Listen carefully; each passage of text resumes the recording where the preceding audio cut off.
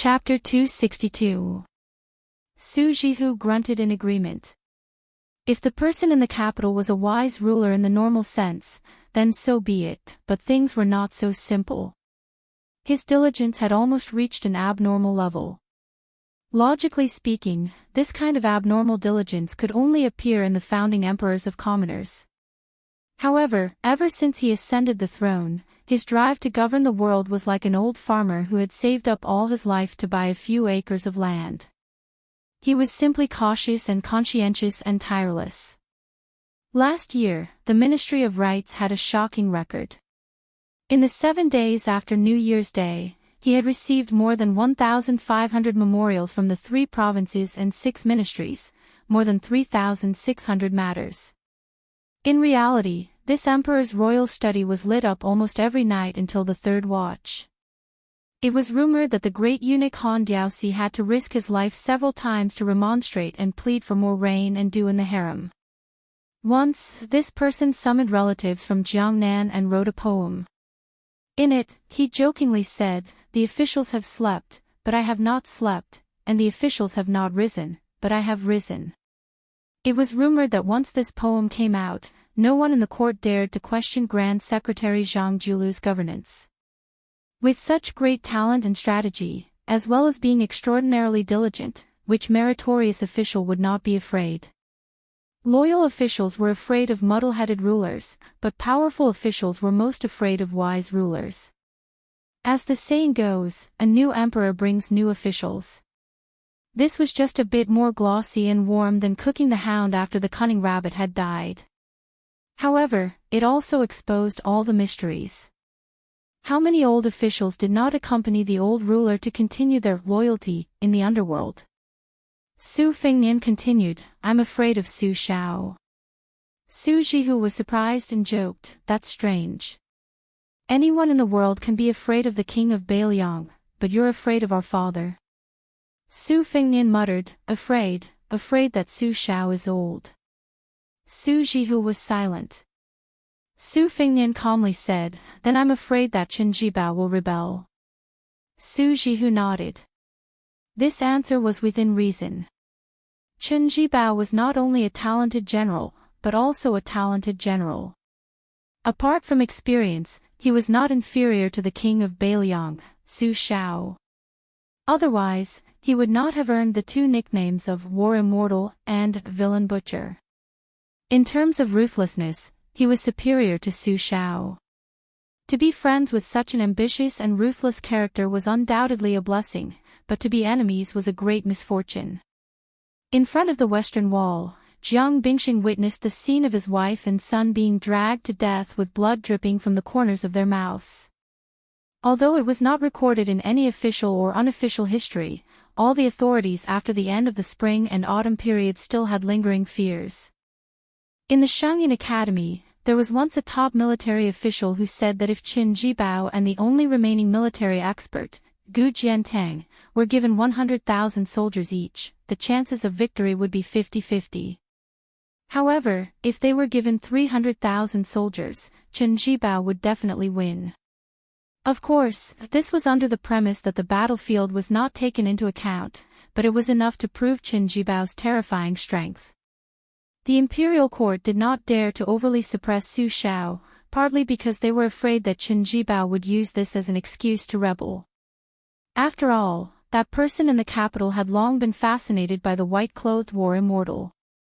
Su Fengnian suddenly smiled, squinted his eyes, and said softly, "In the end, I'm afraid of old Huang."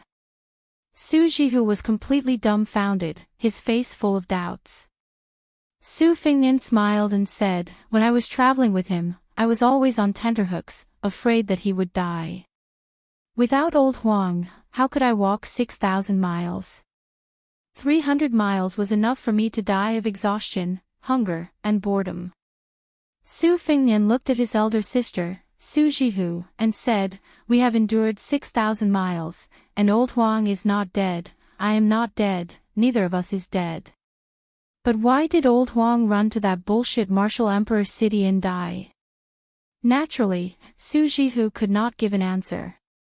Su Fengnian raised his head and said, dying in Western Shu is not a bad thing. After all, it is his hometown. Su Jihu cried. Su Fengnian laughed involuntarily, and helped to wipe away her tears. Sister, why are you crying? When old Huang was feeding your horse, every time you saw this old man with a missing front tooth, you would not be happy. Su Jihu glared at him. Su Fengnian finally said, Jiang and I remember the first time we met. She was still a little girl, and she was already carrying a grudge against her country and family. Actually, she did not know much about national grudges, but if she was asked to take revenge against Su Shao, a coward like her who was afraid of thunder, ghosts, and anything else, she would not dare to do so. She looked around with her eyes wide open, and in the end, I was the one who was the easiest to deal with. If she did not look for me, who else could she look for? Apart from her identity as Princess Taiping, what else was special about her?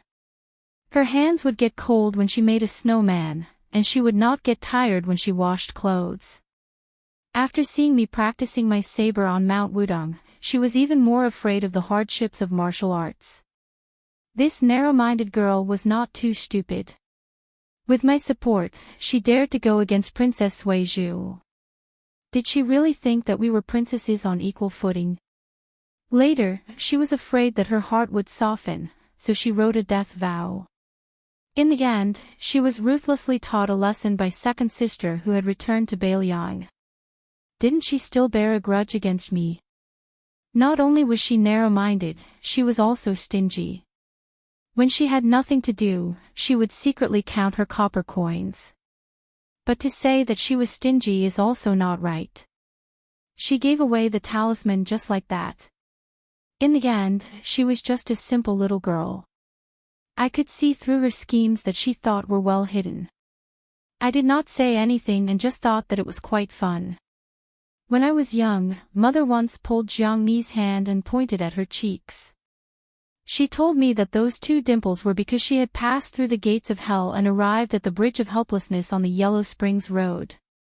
She did not want to forget the person she cared about in her previous life, so she did not drink the old granny's soup of mangpe. Instead, she jumped into the Wangshuan River under the bridge and suffered 10 lifetimes of water and fire before reincarnating, all for the sake of finding the person she cared about. At that time, I was also young and ignorant. Wasn't it because I was standing in front of her? I thought that no matter what, in this life, I would not let this little girl with 2 dimples be bullied by outsiders. Su Fengnian narrowed his eyes and smiled.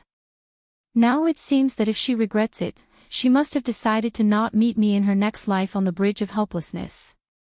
Su Jihu said helplessly, you believe this saying? Su Fengnian nodded.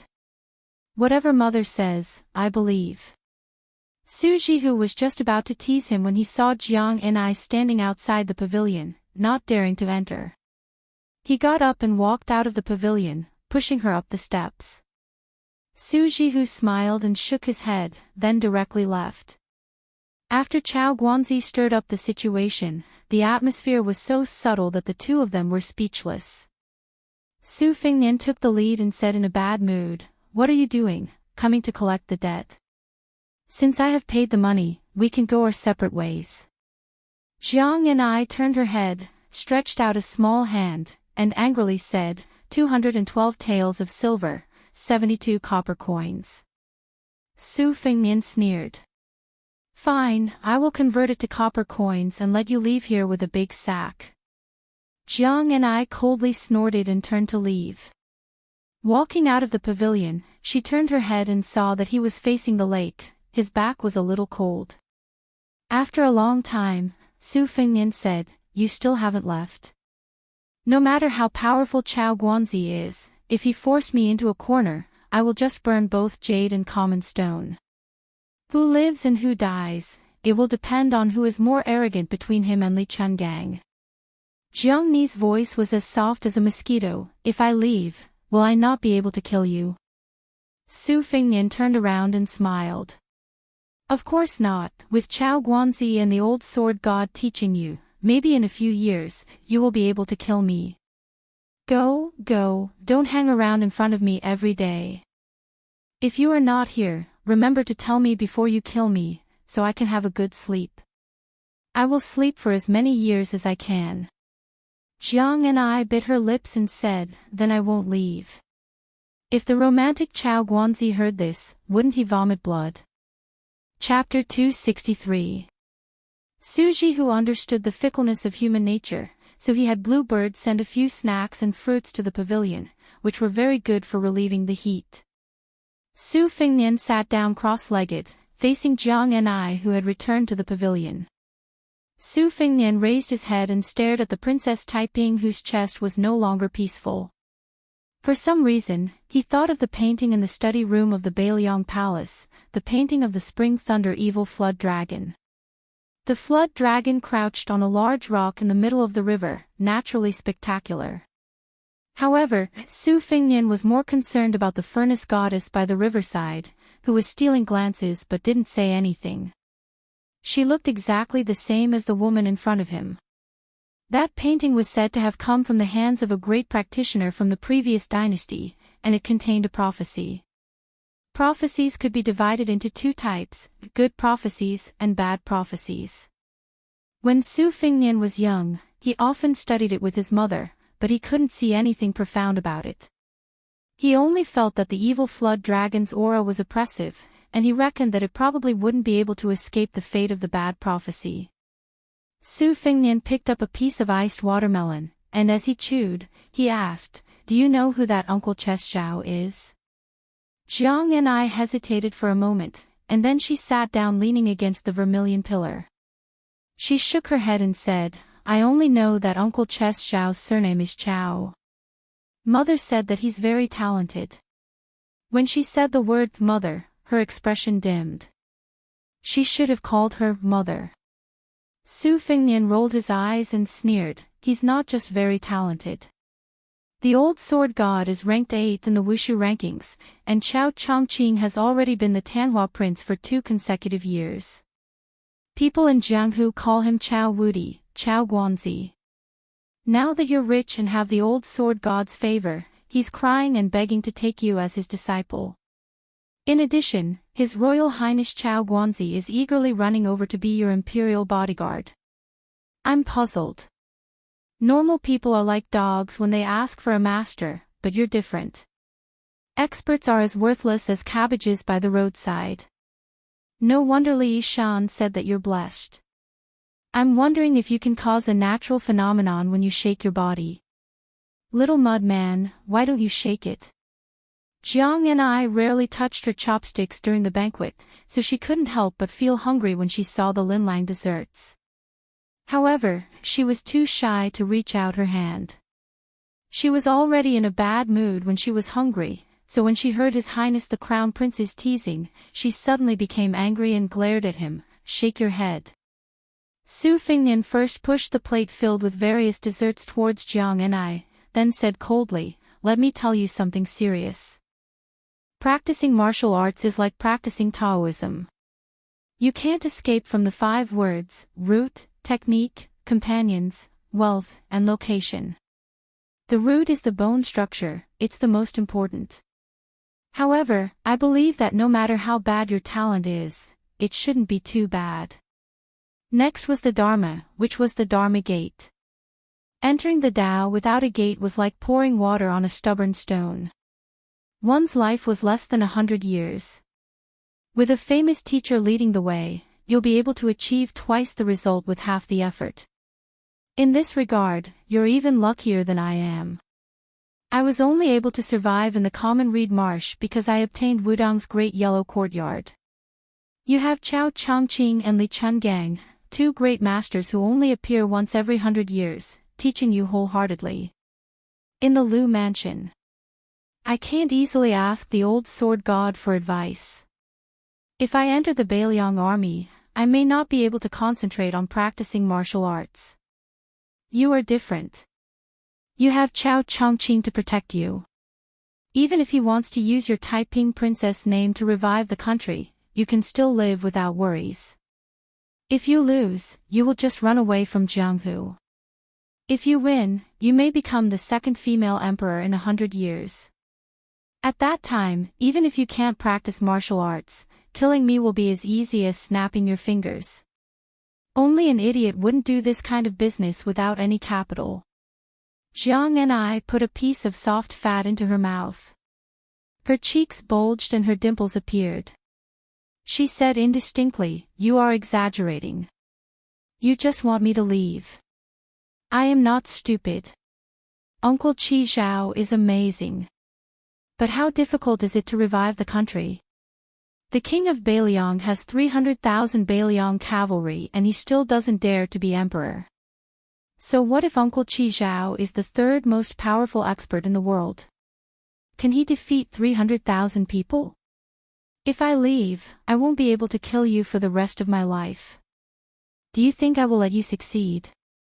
Su Fengnian said with a smile, "Oh, you are not really stupid." Jiang and I swallowed the snack and picked up a bowl of crystal sugar lotus seed lily. After eating it, she felt refreshed. Su Fengnian crossed his arms and put his knees on the spring thunder embroidered winter saber. He said with a smile, "Then you can kill me if you stay by my side. Count with your fingers how many beauties we've met along the way. I have big sister Yu and Auntie Shu by my side now. They're so aggressive here. Look at yourself." Su Fengnian loosened his 10 fingers and made a cupping gesture in front of his chest. Jiang and I was angry. She used her sleeve to wipe her mouth. She raised her eyebrows and said angrily, "Burden. You can taste the sour taste of lotus seed lily in your mouth." Su Fengnian rolled his eyes and continued, "Okay, let's not talk about this. Let's talk about her appearance and figure. Princess Jing'an Pei Nanwei is not beautiful. She is a great beauty on the rouge scale. She doesn't even accept money for her studies. She can even play chess with me to relieve my boredom. You have nothing to do with this." Jiang and I turned a deaf ear. She was smart enough not to bicker with His Royal Highness. She just wolfed down the food. Su Fengnian turned his head to look at the lake. There were dozens of koi fish swimming near the pavilion. Although it couldn't compare to Beiliang Palace, it was better than nothing. He snatched some screw cakes from the tiger's mouth and threw them into the lake. The little clay figurine could be indifferent to the masters on the rankings, but he couldn't. Those he had met before, whether it was old Huang with the box on his back or the white-haired old man, Li Chungang, or Wang Zhongluo, were not enemies he had to face directly. He didn't have a deep impression of them. It wasn't until he met the 11th prince, Wang Mingyin, outside of Xiangfan City, and Chao Guanzi, who was now only on the line between friend and foe, that he realized the terror of these top figures. At that time, Wang Mingyin had forcefully resisted the two-sleeved green snake and rushed forward with murderous intent. Chao Chongqing, who looked cultured and refined, was also full of murderous intent. If he had a choice, Su Fengnian would rather sit at the same table as King of Jing'an and Zhaoheng. Chapter 264. Both in the lake pavilion and in the freehand garden, the two sides had stolen half a day of leisure. In the freehand garden came the long-forgotten Princess Taiping. The conversation between Chao Chongqing and Liu Baijia appeared to be boundless and unrestrained. For some reason, they brought up Zhang Julu's earth-shaking governance. The Liang dynasty followed the old system of 3 provinces and 6 ministries. Among the 3 provinces, the Shangshu province had the greatest responsibility and was divided into 6 ministries. The Shangshu ministers of the 6 ministries were fully deserving of the title of First Minister of the Imperial Court. The Shangshu ministers of the 6 ministries were fully deserving of the title of First Minister of the Imperial Court. The Shangshu ministers of the 6 ministries were fully deserving of the title of First Minister of the Imperial Court. The Shangshu ministers of the 6 ministries were fully deserving of the title of First Minister and Second Minister of the Imperial Court. The Shangshu ministers of the 6 ministries were fully deserving of the title of First Minister of the Imperial Court. The Shangshu ministers of the 6 ministries were fully deserving of the title of First Minister and Second Minister of the Imperial Court. The Shangshu ministers of the six ministries were fully deserving of the title of First Minister of the Imperial Court. The Shangshu ministers of the six ministries were fully deserving of the title of First Minister of the Imperial Court. The Shangshu ministers of the six ministries were fully deserving of the title of First Minister and Second Minister of the Imperial Court. The Shangshu ministers of the six ministries were fully deserving of the title of First Minister of the Imperial Court. The Shangshu ministers of the six ministries were fully deserving of the title of First Minister of the Imperial Court. The Shangshu ministers of the six ministries were fully deserving of the title of First Minister of the Imperial Court. The Shangshu ministers of the six ministries were fully deserving of the title of First Minister of the Imperial Court. The Shangshu ministers of the six ministries were fully deserving of the title of First Minister of the Imperial Court. The Shangshu ministers of the six ministries were fully deserving of the title of First Minister of the Imperial Court. The Shangshu ministers of the six ministries were fully deserving of the title of First Minister of the Imperial Court. The Shangshu ministers of the six ministries were fully deserving of the title of First Minister of the Imperial Court. The Shangshu ministers of the six ministries were fully deserving of the title of First Minister of the Imperial Court.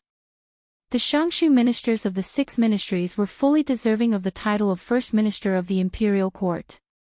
The Shangshu ministers of the six ministries were fully deserving of the title of First Minister of the Imperial Court. The Shangshu ministers of the six ministries were fully deserving of the title of First Minister of the Imperial Court. The Shangshu ministers of the six ministries at that time, it immediately attracted a lot of criticism. Firstly, it was said that this purple-bearded, blue-eyed man had forgotten his roots. Secondly, it was said that he only dared to pick soft persimmons to bully. Chao Chongqing said softly, selecting scholars for poetry is an ancient method. Of course, it's empty and unrefined. Writing a good poem may not be able to govern the world well. But if we select Confucian scholars according to Zhang Bian's 8-paragraph essay, it's hard to say how big the pros and cons are. Mr. Tangshi Lu Baijie said with a laugh, I originally thought that Mr. Chao's method of dealing with Grand Secretary Zhang was a forceful whipping. Chao Chongqing shook his head and said, a carp leaping over the dragon's gate. Zhang Julu is personally erecting a dragon's gate for the scholars. This kind of grand and magnificent style is only inferior to Huang Longshi. Once this method was put out, if it was successful and spread throughout the world, it would be equivalent to finding a smooth path for the poor scholars. The foundation of the rich and powerful families would be shaken again. Zhang Julu was indeed talented in economics. He was well aware of the principle that it was better to let loose than to block the will of the people. The spring and autumn period was precisely because he had completely blocked the path of the people's advancement, which led to the chaos. It's just that those aristocratic families aren't all blind. At this point, Chao Chongqing stopped talking. Lu Baijie couldn't help but smile wryly. Didn't the open-minded elder brother Lu Daolin also detest the 8th stage? Let alone people like Yuan Jiangyan. It was only because Zhang Julu was currently favored like the sun in the midday sky, the emperor supporting him without holding back, that he had to swallow his anger. No matter how great the favor was, there would always be a day when it would weaken.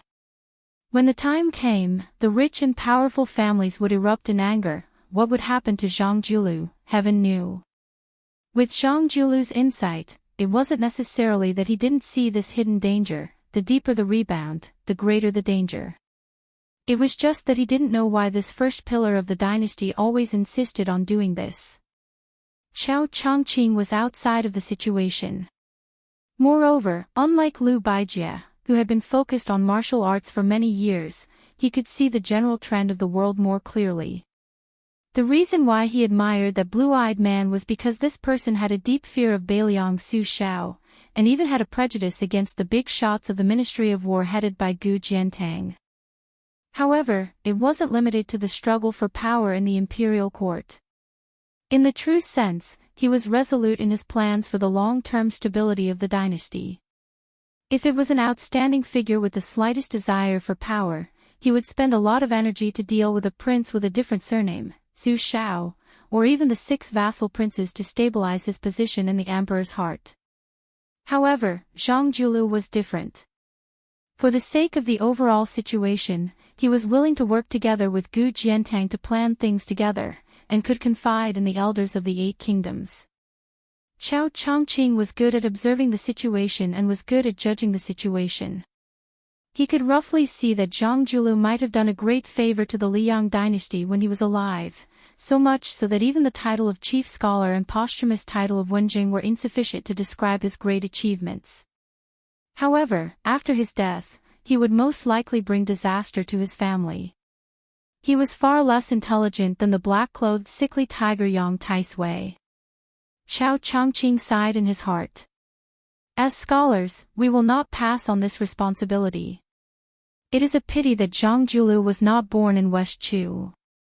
Liu Baijie wanted to say something but hesitated. Chao Chongqing smiled and said, Tang Shi, if you have something to say, say it. Liu Baijie, who had already guessed the inside story, went straight to the point and asked, is he not afraid that His Royal Highness will take the initiative to join forces with Zhao Go? Not only will he be able to keep Princess Taiping, but he will also be able to express his loyalty to the court. Chao Chongqing laughed and said, that is good.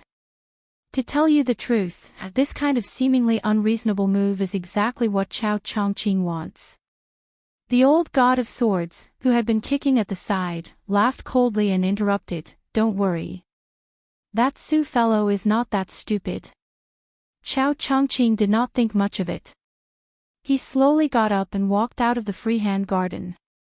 The old man with the sheepskin fur coat sighed and said, this old man can roughly guess how this fellow will end up. Scholars are full of evil tricks. Sigh, it looks like that Su fellow is going to lose this time. The green-clothed Chao Guanzi came to the pavilion. Jiang and I just happened to come out of the pavilion and stand on the steps.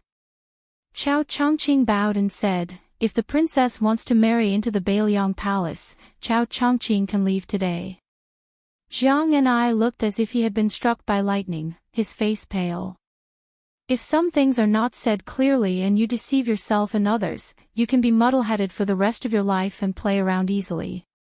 But if it is said clearly, even immortals have no leeway to mediate.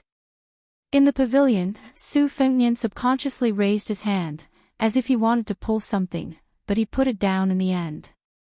Lifting something is not heavy, but putting it down is difficult. Jiang and I turned his head and glanced at His Royal Highness, who was always frivolous and always had a smile on his face. Su Fengnian, who was sitting cross-legged on the bench, smiled and waved his hand. Chao Chongqing said expressionlessly, Chao Chongqing will definitely keep his promise. Su Fengnian withdrew his smile and only said one word. Scram. Chapter 265. His Royal Highness gritted his teeth and said, scram, to everyone's satisfaction. As a result, the entire pavilion cracked inch by inch. Su Fengnian accompanied Jiang and I, who had regained her identity as Princess Taiping, as they walked slowly with their backs to the pavilion. When Su Jihu, the old sword god, and the others heard the commotion and rushed over, they only saw Su Fengnian sitting in the dust. It was hard to tell whether he was embarrassed or angry. Su Jihu, who loved her brother the most, couldn't hide the anger on her face. She wished she could use the military seal to encircle and annihilate the rebellious Chao Guanzi. In the past 2 days, there were 2 major events in Yangchun City. One was the gathering of famous people in Baogua Temple.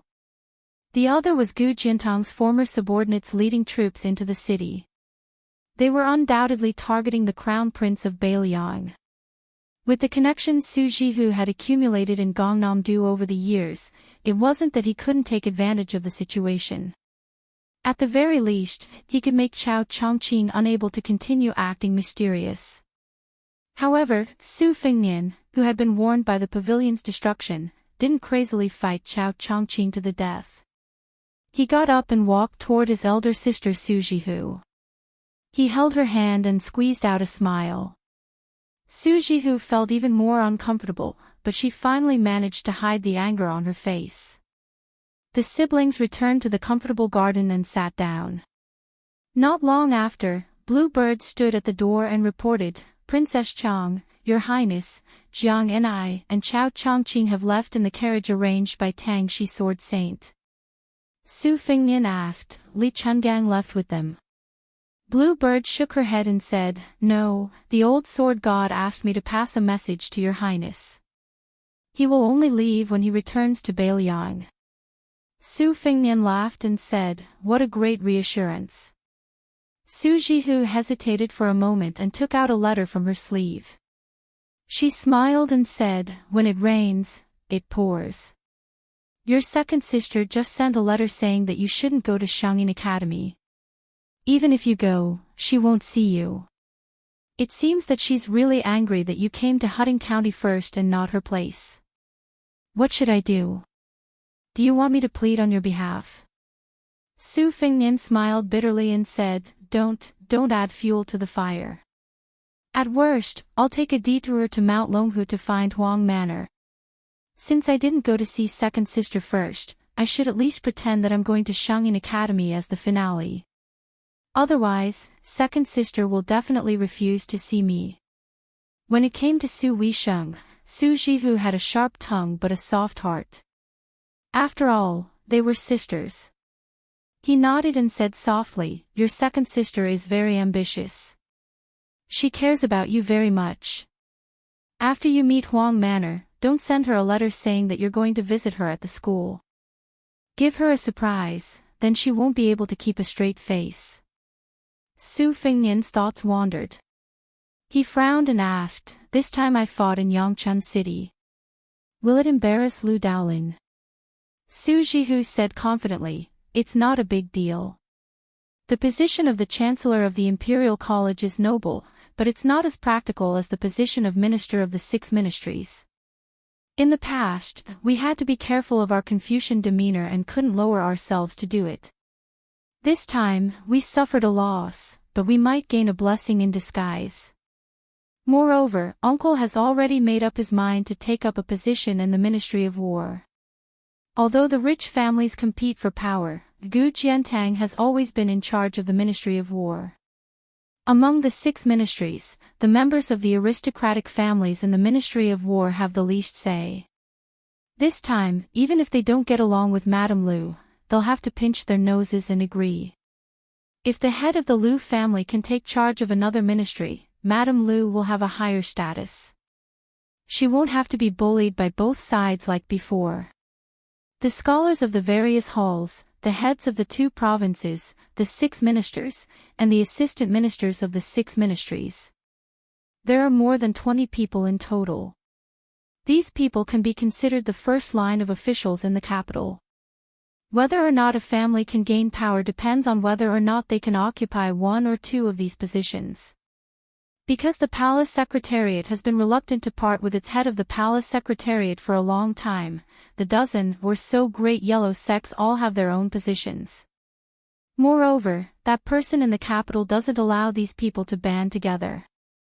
Instead, they're not as powerful as the six ministries. Su Fengnian sighed, "Just thinking about it gives me a headache."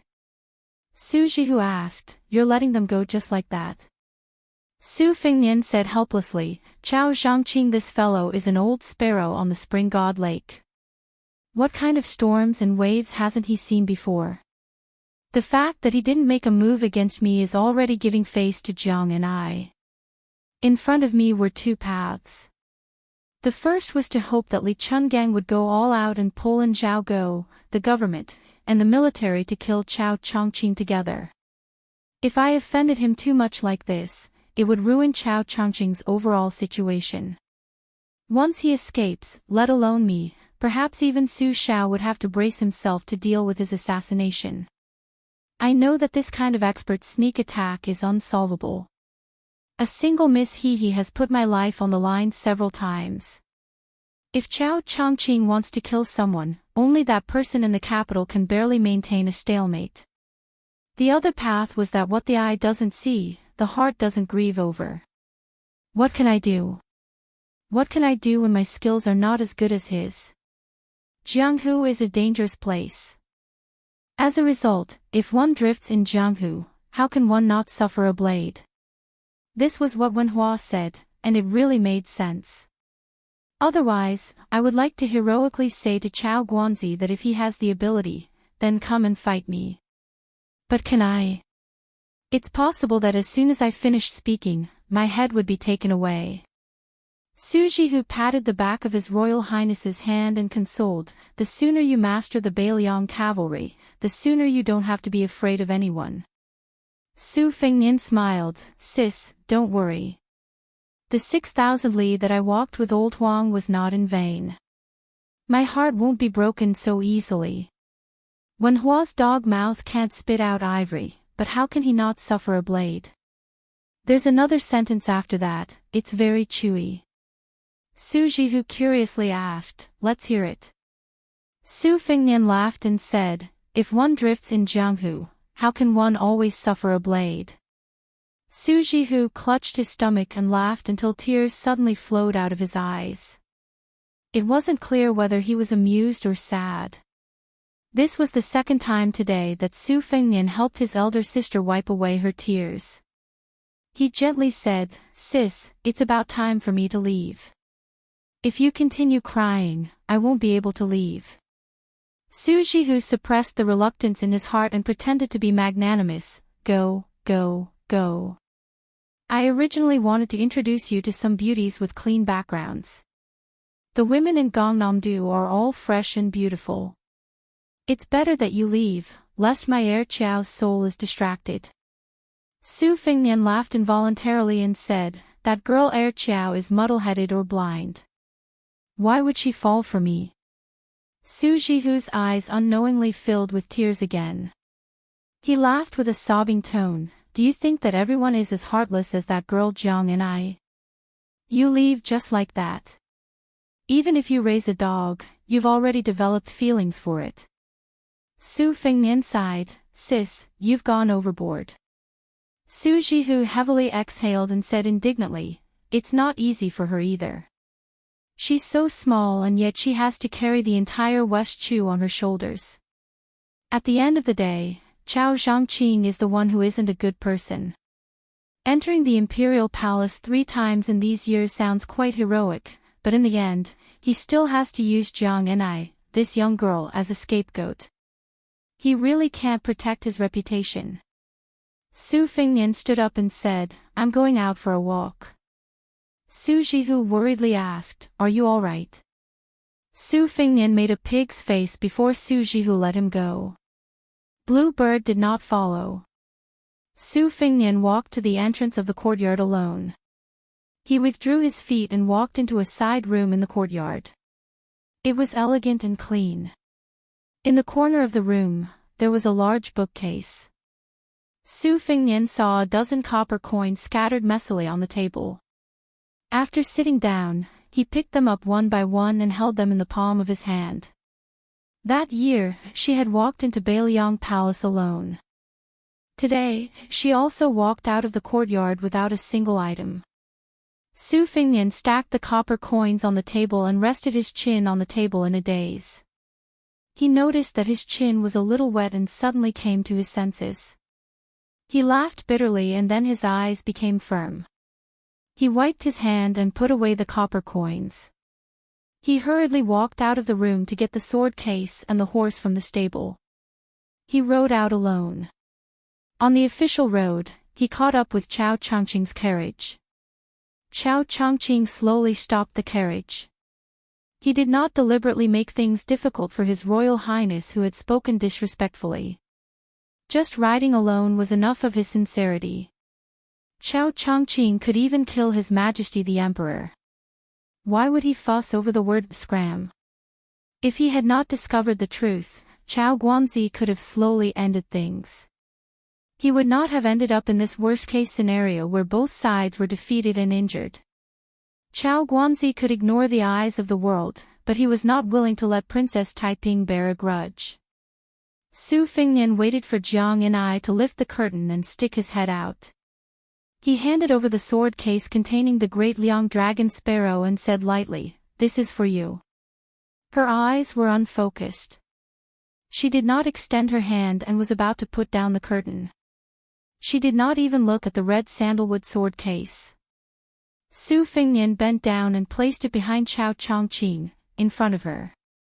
There was also a string of copper coins on the sword case. His Royal Highness smiled and said, "I really do not have the habit of carrying silver with me. I will owe you the rest of the copper coins. When you are so poor that you can't even open the pot, come to Bailiang to find me and I will take care of you." Revenge is revenge, they are two different things. The little clay man stared at the copper coins on the sword case in a daze, his eyes brightening. The white-haired Chao Chongqing had his back to the two people, but he still sighed softly. Su Fengnian looked deeply at Princess Taiping, who was still unable to wipe away her tears. He jokingly said, "We are about to separate. With Uncle Chess' edict by your side, I am afraid that no one will bully you in the future. Do you want to smile?" Jiang and I subconsciously glared, but he could not be fierce and could not smile. Su Fengnian on the horse straightened up. He no longer hesitated and turned the horse around. He urged the horse to move slowly. The horse had only taken a few steps when His Royal Highness pulled the reins and stopped the horse. He said in a deep voice, "Chao Chongqing." Chao Guanzi did not need Su Fengnian to speak. He calmly said, "Zhao Go is nothing." When the princess was not here, Chao Chongqing allowed them to jump around. "This time, I will let them all die." Su Fengnian did not speak anymore. He urged the horse to gallop away. Jiang and I held the sword case and sat back in the carriage. He quietly put a copper coin that was tightly clenched in his palm and covered in sweat together with the other 10. Chao Chongqing murmured, "This person is generous." Chapter 266. Because it was a 5,000-word chapter, uploading was a bit late. Coincidentally, King of Bailiang Su Shao was just about to leave the capital when Great General Gu Jiantang returned from Liao to attend the morning court. Today's morning court was not held in the Hall of Preserving Peace, but rather in the Hall of Cultivating Spirit, which was normally used for holding court. Outside the southern gate, Grand Secretary Zhang Julu led the Zhang faction, the military general of the Ministry of War, the Green faction led by Wen Taiyi and Hong Lingshu, and the old Grand Preceptor of West Chu, Sun Shiji, who had been silently criticized by the local dignitaries of the Liang dynasty as a servant of two surnames, led the old and new nobles of the 8 countries. Grand Secretary Zhang had always arrived at the court at the right time, neither too early nor too late. Together with the Green factions Wen and Hong, the two pillars behind Shang Zhu Guo Lu Feiqi, they were both old, so under normal circumstances, they would arrive rather late. On the contrary, it was the snow-white-browed Sun Shiji who always arrived outside the Tai and Imperial Gate early, to show that he was an old steed in the stable, but he was used to being taciturn. This old man, who was once known as West Chu's twin Jade Annulus along with the Spring and Autumn Marshal Saint Yibaikue, now occupied a high position in the dynasty, in charge of a province, with the power to rebuke, and the responsibility to admonish. After entering the dynasty, he never retreated, never spoke in general terms. Sun Shiji had a head full of white hair, his skin wrinkled like an old pine tree. His health was not too good, from time to time he would catch a cold in winter and suffer from heatstroke in summer. His Majesty even made an exception for this old official, granting him a seat. However, right now, it looked like old man Sun's spirit was still flourishing. Around him gathered a group of old and new remnants of the 8 countries, all of them about 60 years old. The second generation of new remnants didn't mind openly standing together with the other 3 factions, exchanging polite greetings, talking about some harmless and amusing matters. Sun Shiji raised his head, seeing 2 colleagues walking over from the distance. The old Grand Preceptor's expression was cold. When the civil and military officials all sensed the appearance of these 2, they immediately shut their mouths. One of the 2 wore first-rank embroidered crane civil official robes, purple beard and blue eyes. His figure was tall, his appearance clear and unique, his steps unhurried. The other person was dressed in a first-rank martial official uniform embroidered with a qilin, a pair of long and narrow red phoenix eyes. When he looked at people and things, his eyes would always be narrowed. Not only did he not give others a feeling of elegance and charm, he instead added a bit of gloominess. His steps were firm. This person got off the carriage with Grand Secretary Zhang Julu and walked over together. Perhaps it was because his steps were faster. At first, the two walked side by side, but they gradually passed Grand Secretary Zhang by a body's length. However, he still didn't seem to realize that this was inappropriate, directly walking towards Tian Gate. Of all the civil and military officials in the imperial court, only Great General Gu didn't bother with trifles like this. Gu Jintang's way of doing things was a bit domineering, but his speech was still respectful. He didn't speak with Gu Party's direct line of descent, instead first greeting Sun Shiji. Old Sun nodded with a smile. The old man didn't have any bad feelings towards this famous general from the spring and autumn period. After all, the ones who destroyed West Chu were Su Rintu and Chen Bai, this pair of adopted father and son. The Imperial Secretariat's Great Yellow Gate was the son of Heaven's inner court officials. This Great Yellow Gate was not a eunuch's Great Yellow Gate, the two couldn't be mentioned in the same breath.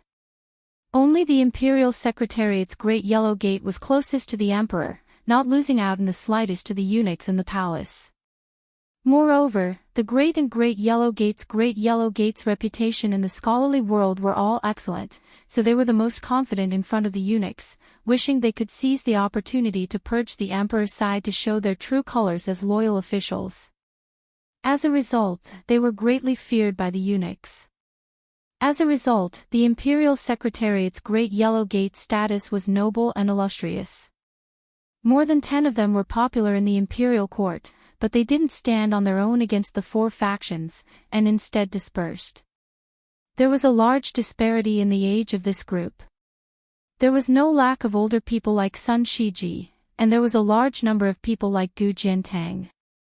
The youngest ones were not even 30 years old. One of the newest members of the Big Yellow sect was a foreigner. His reputation was not bad, and his self-made Jean Lanting familiar proclamation was widely praised in the capital. However, under normal circumstances, according to his qualifications and knowledge, he was far from being qualified to enter the Hall of Governmental Affairs as a Yellow Gatekeeper. Even the Little Yellow sect was in danger, let alone the Big Yellow sect. However, for some reason, this kid had been personally recommended by the King of Bailiang. Not long ago, before Su Dajua had arrived in the capital, Jean Lanting's edict to enter the Hall of Governmental Affairs had been quickly sent to the northwest. This was the first official morning court session for the Emperor of Jinhuang. This kid was born in an ordinary noble family and did not have a strong foundation in the capital. The arrogant officials in the capital also did not like this lucky guy. They could not afford to offend the King of Bailiang. Are you a student of the King of Bailiang?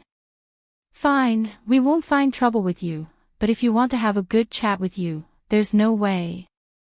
So what if you're the new Great Yellow Gate? How many big shots in the capital have been eyeing this position? In the end, a nobody from outside the capital snatched a big piece of fat meat from their bowl. How could they not be angry? Jean Lanting, who had never interacted with the officials in the capital, seemed a little uneasy.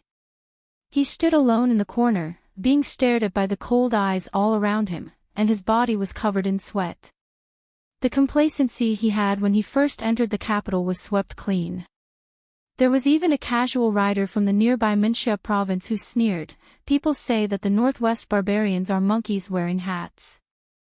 I didn't believe it in the past, but now it seems like it's true." Soon after, several other young and strong officials who were colleagues of the Wuxia province, such as the Wuxia province official, laughed and repeated the word "sure enough." This made the isolated and helpless Jean Lanting really want to dig a hole and crawl into it. Jean Lanting now truly felt the xenophobia of the capital's officials. His body was weak, his personality also not that resolute.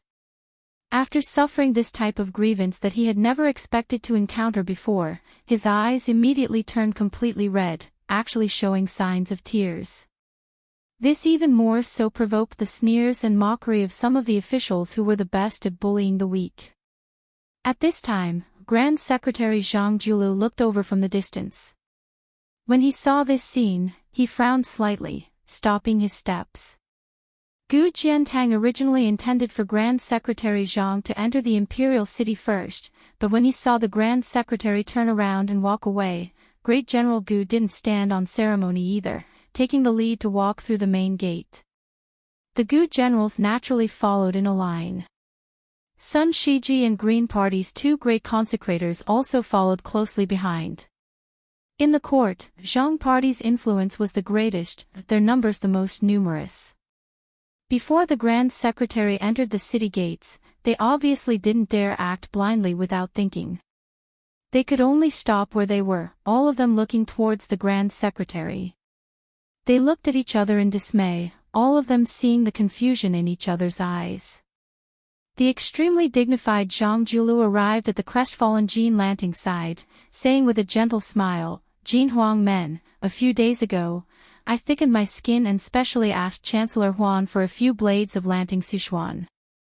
That old fellow's heart ached as if he was cutting his own flesh. Only when I returned to the manor and gave it a try did I realize why old man Huan viewed it as his favorite. It really was as light as a cicada's wing, unable to make a sound. If you don't mind, I would like to ask you, the supervisor of Lanting Sichuan, for a few more blades of Sichuan." Jean Lanting raised his head, an expression of disbelief on his face. He mumbled, not daring to say anything.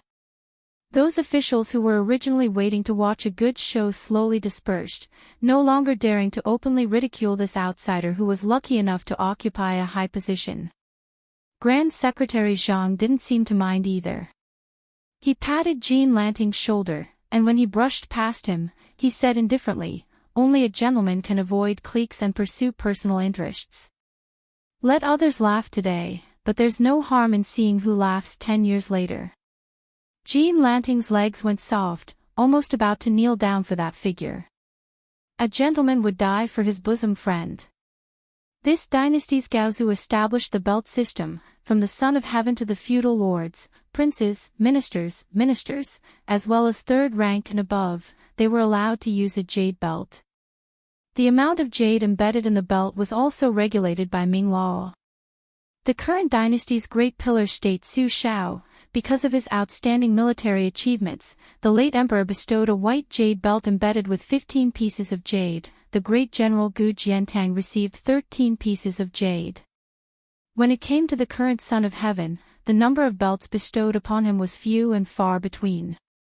Chen Jibao, who was publicly revered by the Son of Heaven, was bestowed a purple belt embedded with 12 pieces of jade.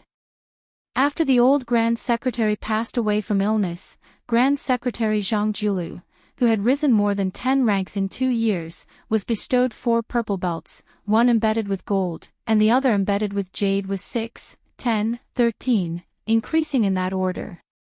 The current dynasty's court uniform belt was inlaid with jade as the most respected material, followed by gold, silver, copper, and iron. Unless the emperor bestowed it specially, it could not exceed the official rank. The standard of a jade belt could not exceed a lightning pool, but it was an ancient custom for gentlemen to love jade. The imperial court didn't forbid the hanging of jade pendants at the waist. Jean Lanting followed the civil and military officials into the city gate.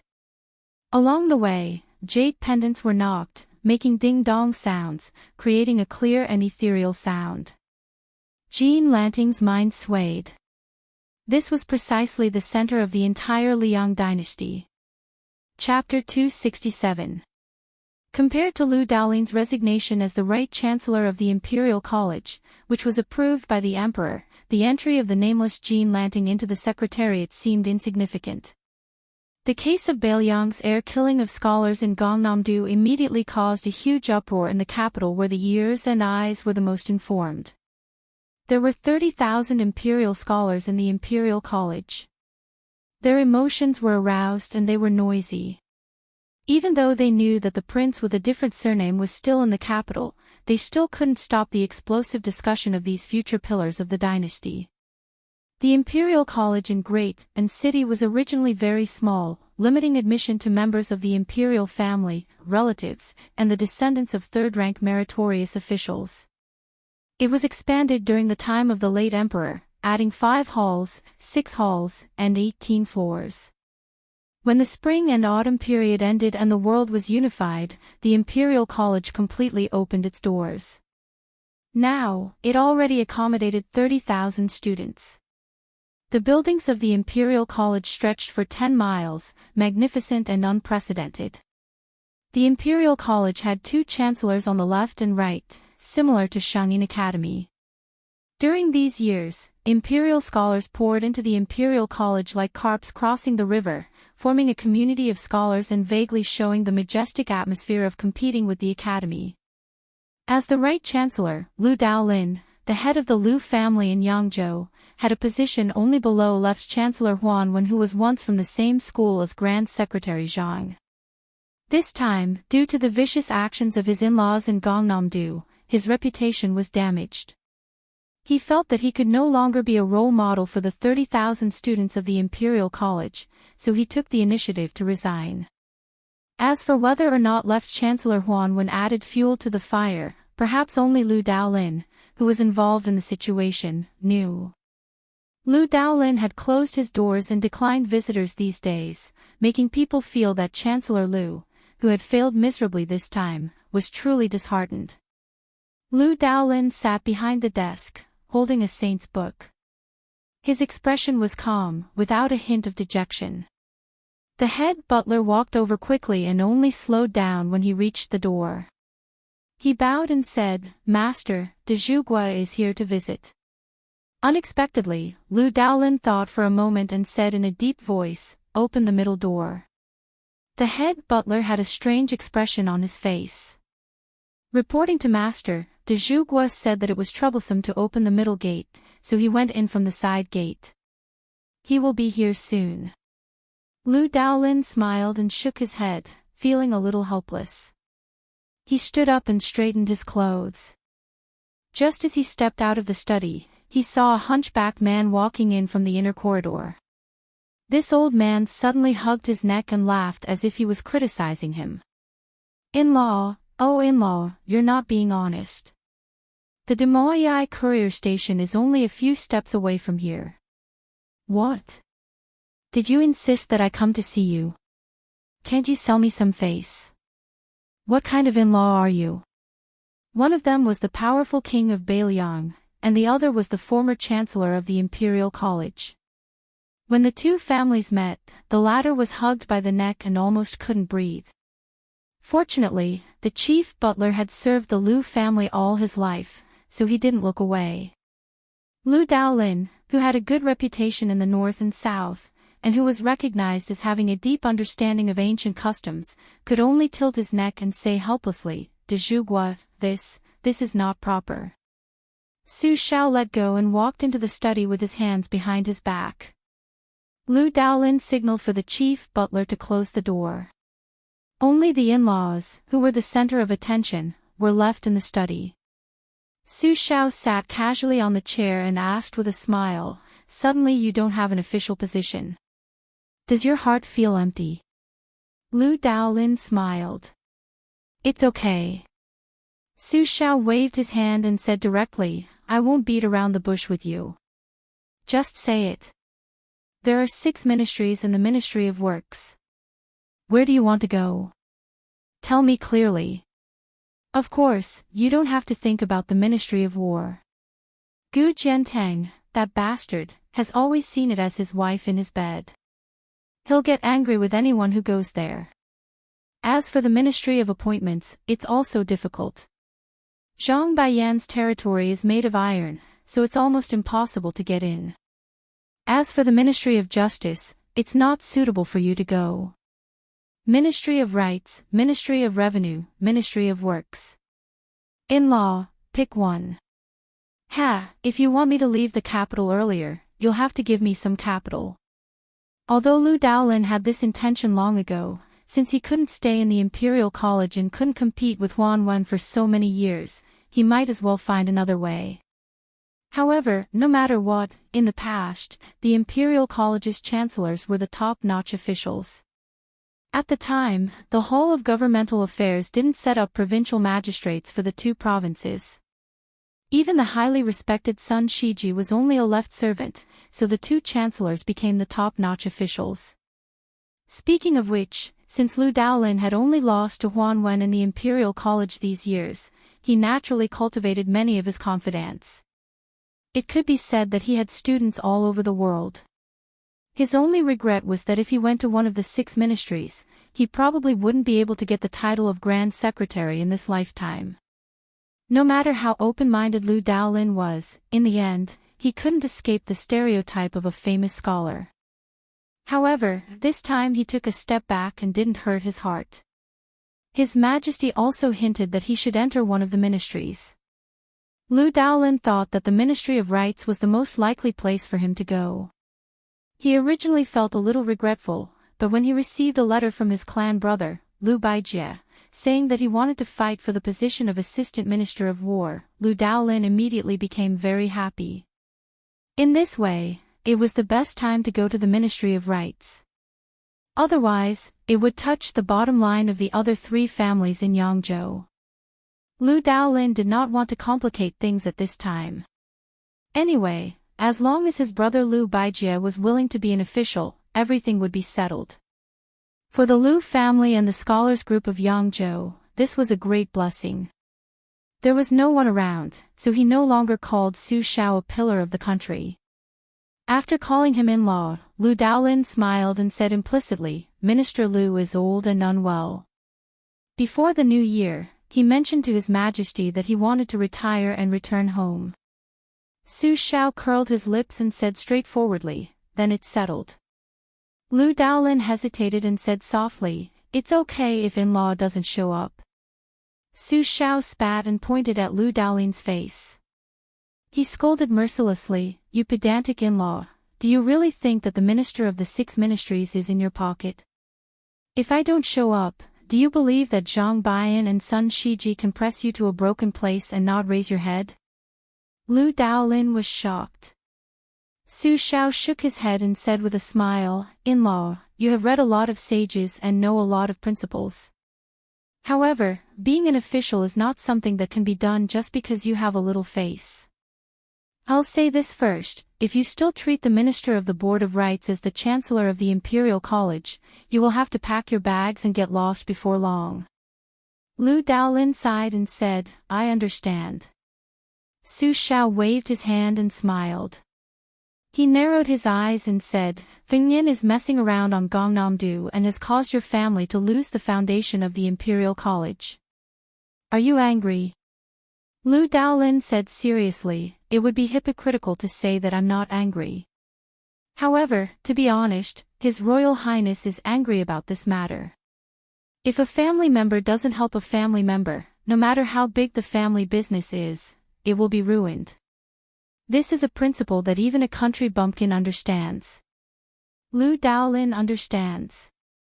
Lu Daolin then said with a guilty expression, I have already written a letter to Xian Lang. In the future, he can't let his emotions affect his decisions. Su Xiao opened his eyes and stood up. He said slowly, in-law, this is what a family member should say. Lu Daolin felt relieved. He looked at Su Xiao's posture and saw that he was about to leave as soon as he sat down. He said in surprise, in-law, are you leaving? Su Xiao said unhappily, if I don't leave, am I supposed to talk to you in a bureaucratic manner? I'm leaving. Back to Beiliang. Lu Daolin was speechless. When Su Xiao walked out of the study, he laughed softly and said, don't worry about His Majesty being suspicious of you and me. The law is nothing more than human feelings. Since we are in-laws, we have to act like in-laws. If we are unfamiliar with each other, we are worse than outsiders and enemies. Only then will people not understand. Only when they don't understand will they blindly think about it. That's right, right? Lu Daolin, who had been gloomy in his heart, was completely relieved. The king of Bailiang came and went in a hurry. What Lu Daolin didn't know was that Princess Sui Zhu was sitting in the carriage outside the manor. She was on a private visit. After Su Xiao sat in the carriage, the princess pulled on his sleeve and said with a sad face, "Uncle Su, can you not leave the capital? Xiaoya is so bored." Su Xiao smiled and said, "There's no other way. Uncle has a busy life. How about I have Fingnian come to the capital to play with you?" Princess Sui Zhu's eyes rolled around. Su Xiao rubbed her head and said, "Look, you still have a grudge in your heart, don't you? Alright, Uncle can only take out his trump card and take you to eat a few big bowls of almond tofu. When the time comes, Uncle won't be happy if you're angry with Feng Nian." The princess shook the cuffs of the big pillar of the kingdom like a spoiled child and snorted twice. She smiled brightly and said, Alright. For Uncle Su's sake, I won't lower myself to that guy's level." On this day, he and Princess Sui Zhu ate a bowl of almond tofu that cost 3 copper coins. According to the history books, this was the last time the king of Bailiang, Su Xiao, entered or left the capital. After the king of Bailiang, who was still wearing the clothes of a rich man, left the city, he walked out of the carriage and looked at the towering city wall with his hands in his sleeves. Beside him stood the sickly tiger in black, Yang Taisui. Su Xiao sighed and said, "Bald donkey Yang, after today, we probably won't see each other again in this lifetime, right?" The state preceptor nodded woodenly. Su Xiao smiled and said, "Whoever dies last, remember to go to the grave and offer wine on the tomb." Yang Taisui said calmly, "I'm poor and can't afford good wine, so I'll definitely die first. It's a profit." Su Xiao reached out and rubbed the state preceptor's bald head and said, You're not even willing to suffer a small loss in your life. It's a loss to be your brother." The two who had overturned 8 countries while chatting and laughing parted just like that. The old monk in black stood in place and watched the carriage go away. He rubbed his bald head and finally lowered his head and put his palms together. The only person in the world who could make this old monk bow his head willingly was Su Xiao of Bailiang. Chapter 268. Among the 36 palaces of Wudong, the Taishu Temple on the Big Lotus Peak was the tallest. Its eaves were called Daijingjiao. It was famous because of the sword that once belonged to the immortal Lu Dongxian. At this time, a young Taoist wearing a different robe from Wudong was sitting near Lu Dongshuan's sword. There was a long ladder under his feet. The elegant Taoist was carrying a wooden bucket and repainting the mottled eaves of Daijingjiao. It was Qi Xianxia from the celestial master residence of Longhu Mountain. Looking around, the clouds were rolling and the wind was blowing. The 72 peaks of Wudong were like a celestial island on the sea. Qi Xianxia was in a daze for a moment as he heard the melodious sound of the morning bell on the mountain. These days, he lived on Wudong Mountain and wanted to defeat the leader of Wudong who rode the green ox. He rarely fought. Most of the time, he was forced to fight with the cowardly Taoist. Unintentionally, he also benefited a lot. When he heard that Daijingjiao needed to be painted, he thought that there was a celestial sword here that he had been fascinated by since he was young. He promised the lazy Hong to do the work. Qi Xianxia never cared about these details and was not afraid of being criticized by the celestial master residents. Thinking of this, Qi Xianxia was a little absent-minded. Wudong Mountain was really different from the celestial master residence. They did not compete with others. Occasionally, there were disputes, but Qi Xianxia did not care about them. He just tilted his head and glanced at Lu Dongshuan's sword. The name of the sword could not be verified. There was no record of it in the ancient books of Taoism. There were only some rumors in the streets. Privately, they gave the celestial sword some names like Dragon Slayer or Green Sky. It sounded very imposing. Qi Xianxia certainly did not believe it.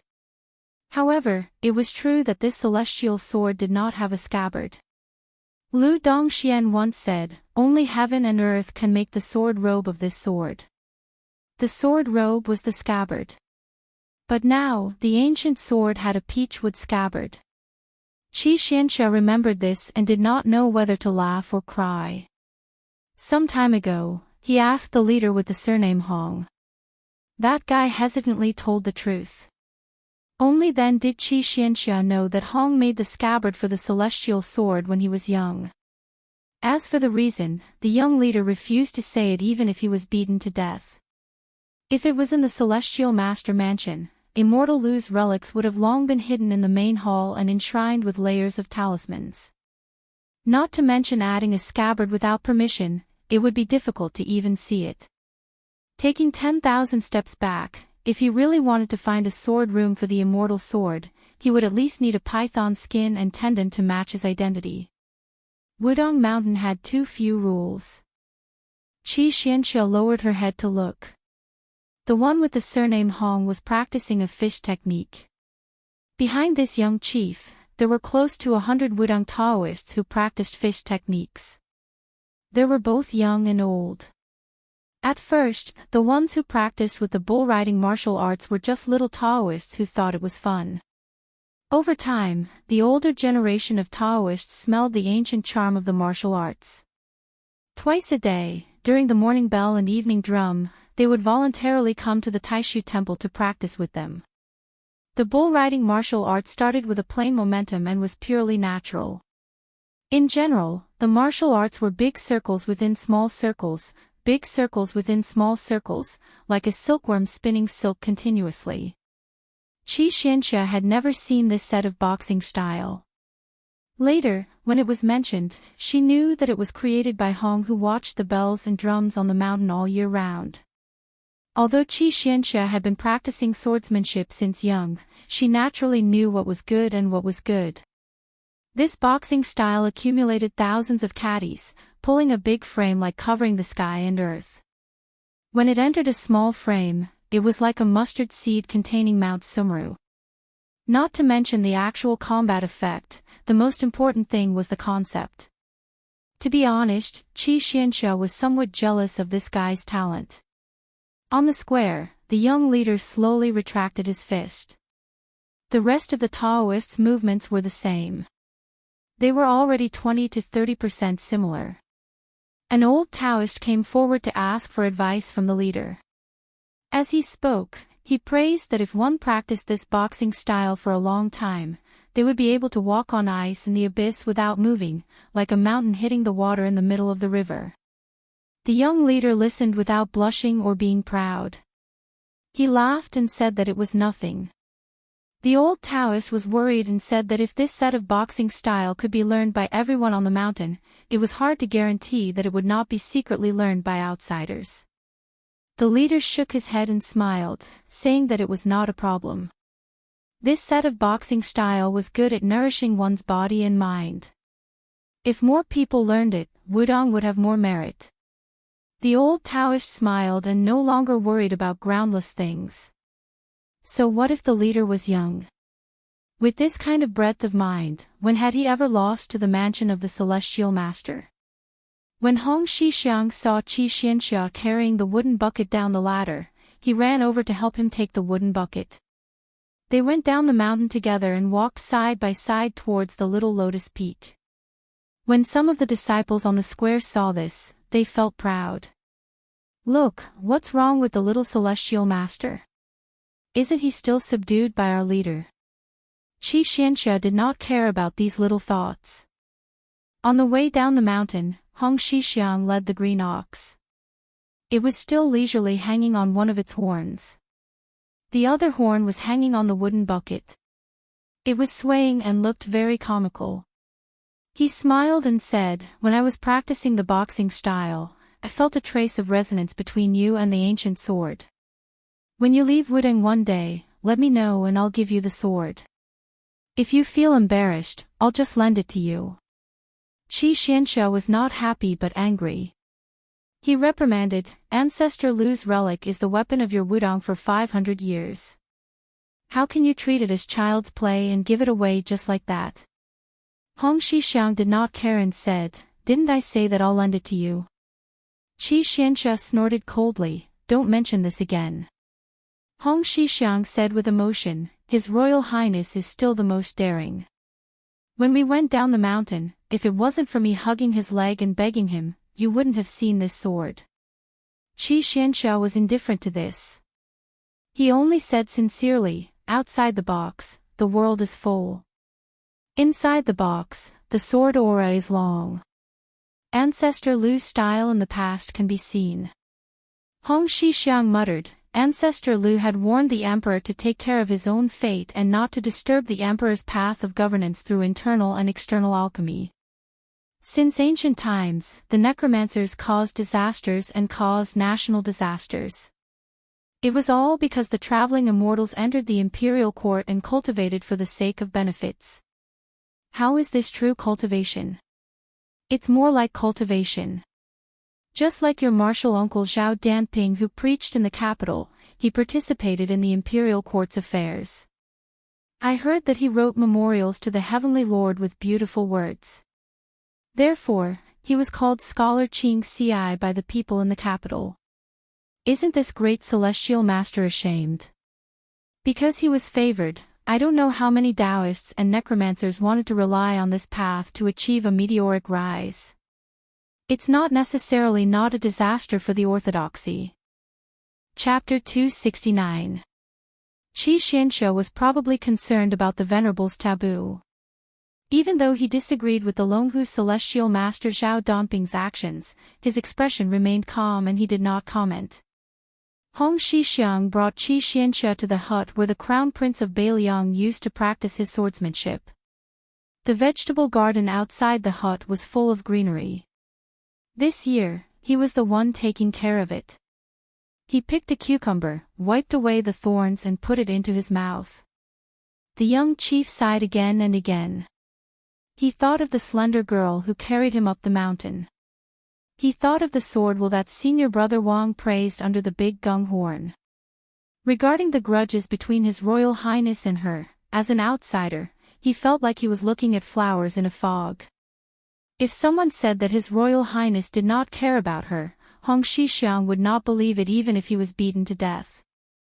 His Royal Highness had suffered many times because of that unreasonable maidservant. The girl at the foot of the mountain was his mother.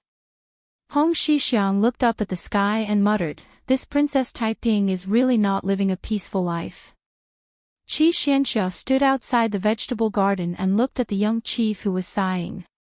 He asked, "When do you plan to leave the mountain?" Hong Xixiang said helplessly, "I don't dare." Qi Xianxia said calmly, "You dare to give Ancestor Lu's sword to an outsider, but you don't dare to leave the mountain." Hong Xixiang was silent and cowardly as usual. Qi Xianxia sneered, afraid of ruining the black tortoise's prosperity. Afraid of letting down the ancestors and senior brothers on the mountain. Hong Xixiang shook his head and said, "No." Qi Xianxia turned and left, leaving behind a sentence, "Are you going to the debate on the peak of Mount Longhu?" Hong Xixiang lowered his head and pinched his fingers, saying, "Allow me to calculate." Qi Xianxia sneered, "Calculate what? No matter how you calculate, you won't leave the mountain. Why deceive yourself?" The young chief who was so good-tempered that it made people gasp in amazement said softly, "Bullsh*t." Qi Xianxia laughed and left. Beiliang's frontier fortress. The huge town was heavily guarded and the cavalry was valiant. On this day, a sandstorm suddenly rose. It could be said that a river of crushed stones was as big as a bucket. Looking out from the city wall, all one could see was dust, giving off the desolation that was unique to a frontier fortress. But in this kind of chaos, there was still a man in white who went out of the city. Beside him was a graceful woman with a black veil covering her face. The man in white was leading the horse, and his posture was very, very low. It was really hard to tell which of the 6 major towns on the border was worthy of this honor. The woman's temperament was otherworldly. She held a pipa in her arms and faced the storm. Looking into the distance, one could see a tornado soaring into the sky. She sat on the horse and said softly in a clear voice, "You openly allowed the enemy of Beimang to leave the city. Aren't you afraid that the king of Beiliang will have a grudge against your adopted son?" The man in white continued to lead the horse forward slowly, remaining calm and collected. Wherever they went, the wind and sand would not be able to enter. The woman who wore a black muslin dress but a pair of snow-white embroidered shoes also fell silent. The man in white finally said, "Chen Jibao only knows that the first player of Beimang's horse drum, Fan Bai, has entered the city, but he doesn't know that Princess Qingwan of Beimang has left the city." The woman in black dress and white embroidered shoes said with a smile, "How can Slave Bai dare to be called the first player? Sun Zigong's right hand is strong and fierce, like an iron horse rushing out. Zhu Qingshan's left hand presses the string to Tongxian, big and small pearls fall on a jade plate. Only then can he be considered a master of the pipe." The man smiled faintly and said, "It's true that these two are good at playing, but the pattern is monotonous. They can't be compared to Miss Fan's own composition and music." The woman with a veil covering her face turned to look at the man in white. This master of the art of war who made her risk her life to enter Beiliang's territory did not act according to common sense. Her trip to Beiliang, which had a clear goal, was forcefully dragged into an ambiguous situation by him. She gritted her teeth and said in a low voice, "General, Slave Bai can guarantee you a place in Beimang in the future. It will only be higher than the Liang dynasty." Chen Jibao shook his head slightly and said, "That's boring." The woman with a special identity frowned and said, "General, are you sure Beimang will lose? Will you be able to make contributions that are not inferior to the spring and autumn war? The Beiliang cavalry can be said to be invincible, but because of the restrictions of the imperial court, they have not been able to display their full strength for the past 20 years. However, if you enter Beimang and take control of the military, I can guarantee that you will have no scruples. Is there anything more interesting in the world than being enemies with the Beiliang cavalry? Once Beiliang is pacified, you can go straight south. With Gu Jiantang, the king of Yen, and the king of Guangling, and the spring and autumn war, won't you be able to reverse the situation with your strength alone? You must know that the ambition of the emperor of Beimang is far greater than that of the emperor of the Zhao family." The white-robed Chen Jibao seemed unmoved. He smiled and said, "When did Miss Fan learn how to make empty promises?" The woman was angry at first, then overjoyed. However, she did not strike while the iron was hot. She lowered her head and reached out to play the strings of the pipe. Suddenly, the silver bottle broke like silk. Her voice was sonorous as she softly sang, "Young men fly away on horseback when they are 15. Can't go back. Yellow sand rolls and stones roll, riding alone. All my life I have been spirited, today I have been spirited, today I have been spirited. Iron clothes like snow, war drums beat, when will the white-robed tyrant return? When will he return?" Chen Jibao heard this and dismissed it with a laugh. The woman put away the pipe and the sound of metal and stone stopped. She smiled and said, "Perhaps I am destined to be a general in this life. But to be able to meet you on the battlefield, I was born at the right time." Chen Jibao nodded and let go of the reins. The woman did not pretend to be sentimental. She lowered her eyebrows and said softly, "Since you are not willing to make a decision for the time being, I will wait for you to take control of the 300,000 Beiliang cavalry." Chen Jibao laughed and said, "Miss Fan, you are thinking too much." The woman did not refute. She bent down and reached out as if she wanted to touch Chen Bai's cheek. Chen Jibao did not dodge, but she retracted her hand without touching him. She straightened her back and did not dare to look him in the eye.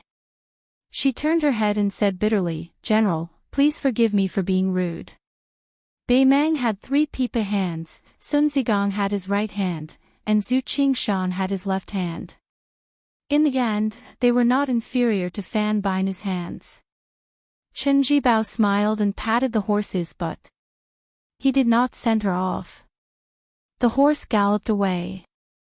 Chen Bai, whose heart was as calm as still water, turned his head and squinted at the flag with the word Su on the city wall. He was lost in thought. Liang Dragon, Beiliang Python, Beimang Flood Dragon, Bai could be killed together. Who was the one who said such an evil prophecy? Huang Longshi. Little did he know that Huang Sanjia, who was full of nonsense and revealed the heavenly secret, was dozens of miles away, forcing a poor ranger to chase after the tornado and practice his swordsmanship. Chen Zhibao walked back to the border city expressionlessly. Chapter 270. Everyone knew that there was a saying in Jianzhou, Jiangxi's dragon and tiger, Jiangdong Xianyuan. Jianzhou was split into two by the Xi River. Jiangxi had dragon and tiger, while Jiangdong had Xianyuan. The former was the ancestral court of Taoism. The Zhao family of Taoism, which had the same surname as the emperor, had been hereditary for more than 60 generations. They had received the will of heaven and guarded the world for 1,600 years. The Dragon and Tiger Mountain, which had a radius of 100 miles, was the base of the Taoist sect, with the Taoist master mansion as the core. The confrontation between the peaks was like a battle between a dragon and a tiger. The mountain was red and the water was green. Purple chi rose. It was a beautiful scene. In a broad sense, the Dragon and Tiger Mountain was even more vast. To the west of the Xi River, almost half of it belonged to this Taoist immortal capital. Together with the Zhang family in the north, which had produced a saint master, they were known as Northern Zhang and Southern Zhao. The master of the north and the immortal south had been shining together for thousands of years. The master and disciple walked out of a dilapidated Taoist temple at the foot of Mount Longhu and boarded a bamboo raft to float down. The sloppy old Taoist with a pole was spitting saliva everywhere as he introduced the local customs of Jianzhou to his silly disciple who was leaning on the bamboo raft to catch fish. Let's not talk about our Mount Longhu. Since Xianyuan can stand shoulder to shoulder with Mount Longhu in Jianzhou, it is really not simple. Although unfortunately, it is located in the same province as our Taoist ancestral court, it has been only slightly inferior for hundreds of years. What is even more rare is that this family does not become an official. In times of chaos, you can cause chaos, and in times of peace, you can maintain peace, but I have always been alone with my family and never moved. It is strange to say that Xianyuan only travels in Jianghu, and there are many masters in Jianghu. It is said that there is an immortal jade seal at the bottom of the Mount Longhu in Jiangxi that is inscribed with the words, "By the will of heaven." It's not that I am deliberately biased and want to slander Xianyuan. Anyway, when I was young, I asked my ancestor whether there was a jade seal at the foot of the mountain. My ancestor also said that heaven and earth knew, but he didn't know. I think it's hard to say. Therefore, Xuanyuan's tablet is also a myth. Jiangdong Xianyuan is not a Taoist sect, but it occupies half of Mount Hui. Therefore, it has the sixth blessed land of heavenly abode. I used to go there to enjoy the scenery when I was free. The scenery is not bad at all, especially the main peak of Bull Hill. It is a huge bluestone shaped like a bull lying quietly in the sky. There are 6 waterfalls at the foot of the mountain. Every summer, thousands of carps jump upstream. TSK, it is very spectacular. It is similar to the tide-listening lake in Beiliang Palace. At the same time, because there is a saying that there is a dragon king imprisoned at the bottom of the lake, it is also called the Dragon Gate or the Gate of Heaven. The sword god Li Chungang once reversed the flow of the 6 waterfalls with one sword. Even the gate of Xuanyuan's mansion built on the Bull Hill was destroyed by the flood. Li Chungang is known as the Gate of Heaven because of this. The kung fu of this generation's master of Xianyuan should not be weak. It is hard to say whether he is Xianyuan or celestial phenomenon. However, when he competed with others with swords, sabers, and internal energy, he lost 3 rounds in a row. It is really sad and lamentable. There is no other way. He can only blame his bad luck. How could he not lose when he competed with Li Chungang at the peak of the mountain? Later on, it was even worse. Gu Jiantang, who was still a nobody at that time, fought his way to the Bull Mound.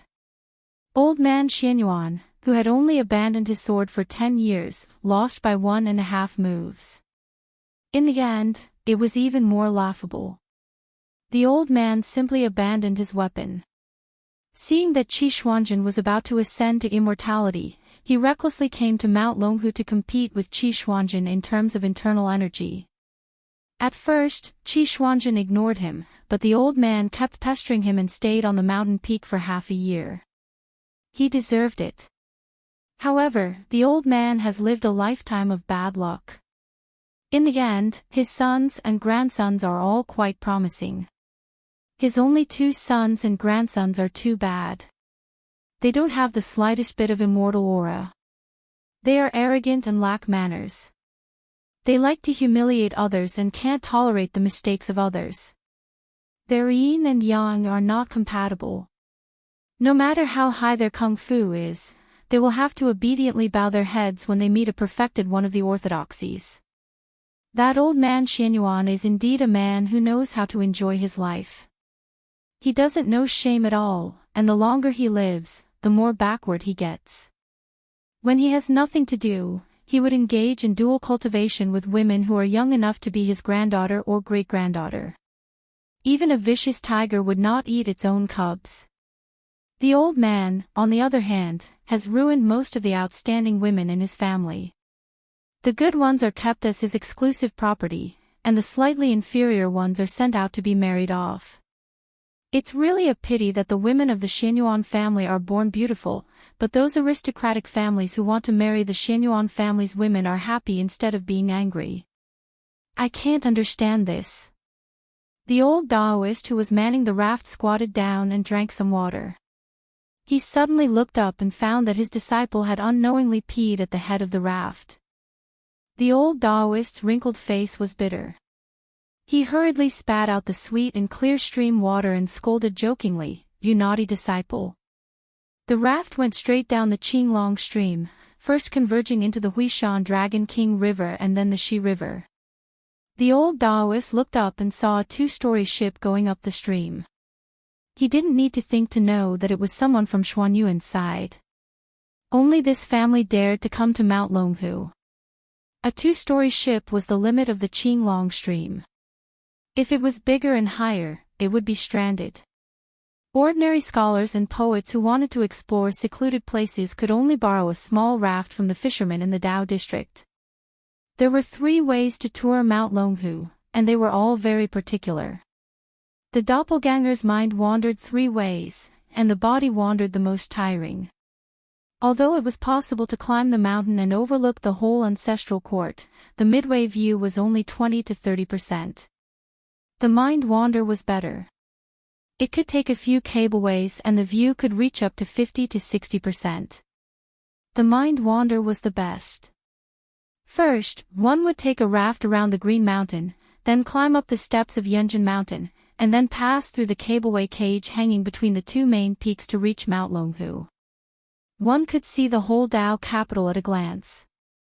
Generally speaking, if one wanted to wander around Mount Longhu, without a strong family background, it was impossible to imagine. In these years, those who could enter the Taoist master mansion to drink tea and talk about Dao were mostly brought there by the rich Xianyuan. Mount Longhu and Xianyuan had been neighbors for hundreds of years. It was said that a close neighbor was better than a distant relative. In the past, Su Rintu trampled the good Jianghu into a foul atmosphere with his iron hooves. In the end, he didn't even let Mount Longhu go. Only the Xianyuan family dared to come and help. This was a huge favor, so the Taoist master mansion naturally remembered it. No matter how much Xiao Shituan disliked the old guy Xianyuan, he couldn't say anything. Su Longxiang, who looked yellow and thin, continued to lie on the bamboo raft to catch fish. He caught and released them again and again, and it was endless fun.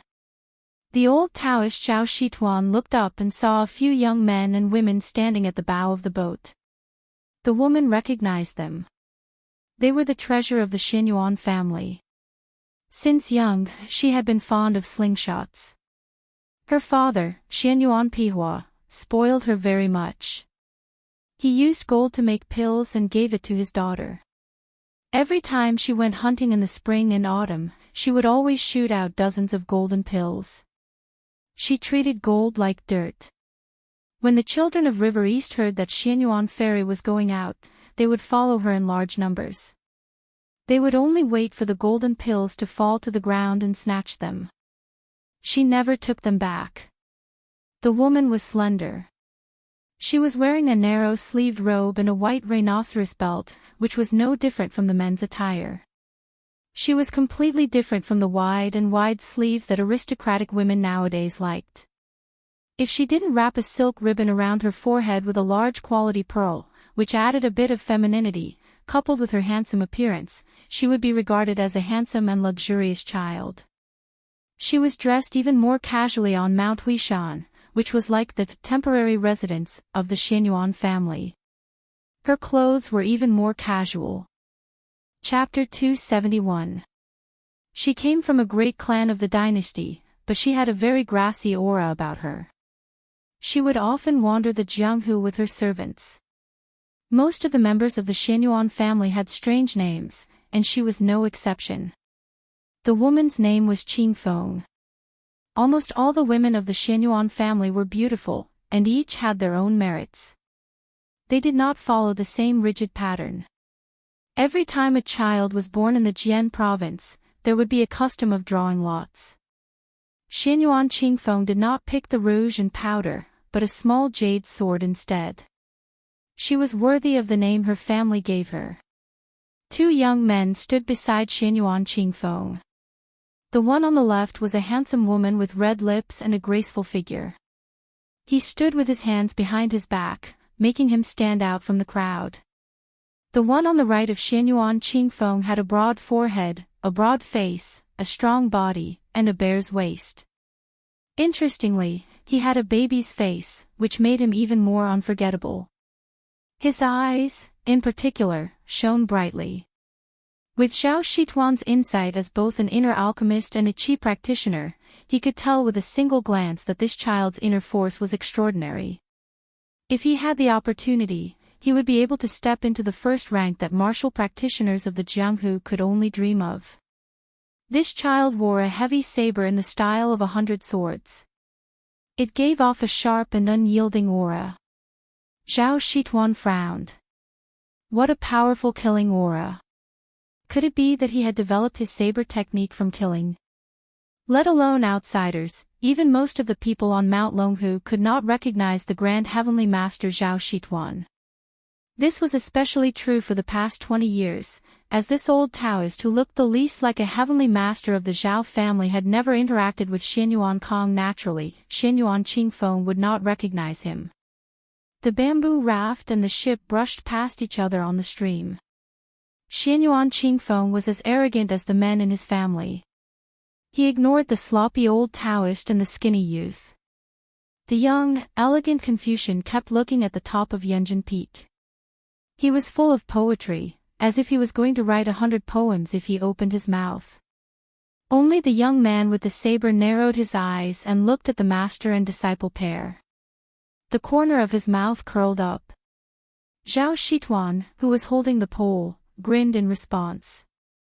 Xianyuan Qingfeng glanced at the Song clan's young phoenix beside him, a little dazed. This person was undoubtedly outstanding. His grandfather, Song Guanhai, could be said to be well-versed in Zen theory, good at appraising and storing, good at poetry, good at calligraphy, and good at ink painting. There was nothing he didn't know. When he was young, he spent a lot of money to study and find a master. Any one of Song Guanhai's master was a famous person. He learned from the great spiritual master of the northern lands, Yang Jian. His master was Huang Zhuang. Song Guanhai studied hard and was knowledgeable. After the unification of the spring and autumn period, he was ordered to compile the complete book of 9 pavilions. The book was vast and complicated, with 200 volumes. It took 15 years. The emperor was very pleased and granted Song Guanhai the right to ride a horse in the imperial college. Originally, it was expected that Song Guanhai would be transferred to the Minister of Rites. Unexpectedly, he was replaced by the former Right Chancellor of the Imperial College. Song Guanhai was transferred to the more noble Imperial College. As the older generation of literary giants gradually withered away, Song Guanhai became the undisputed leader of the literary world. In recent years, he began to do 15 reviews.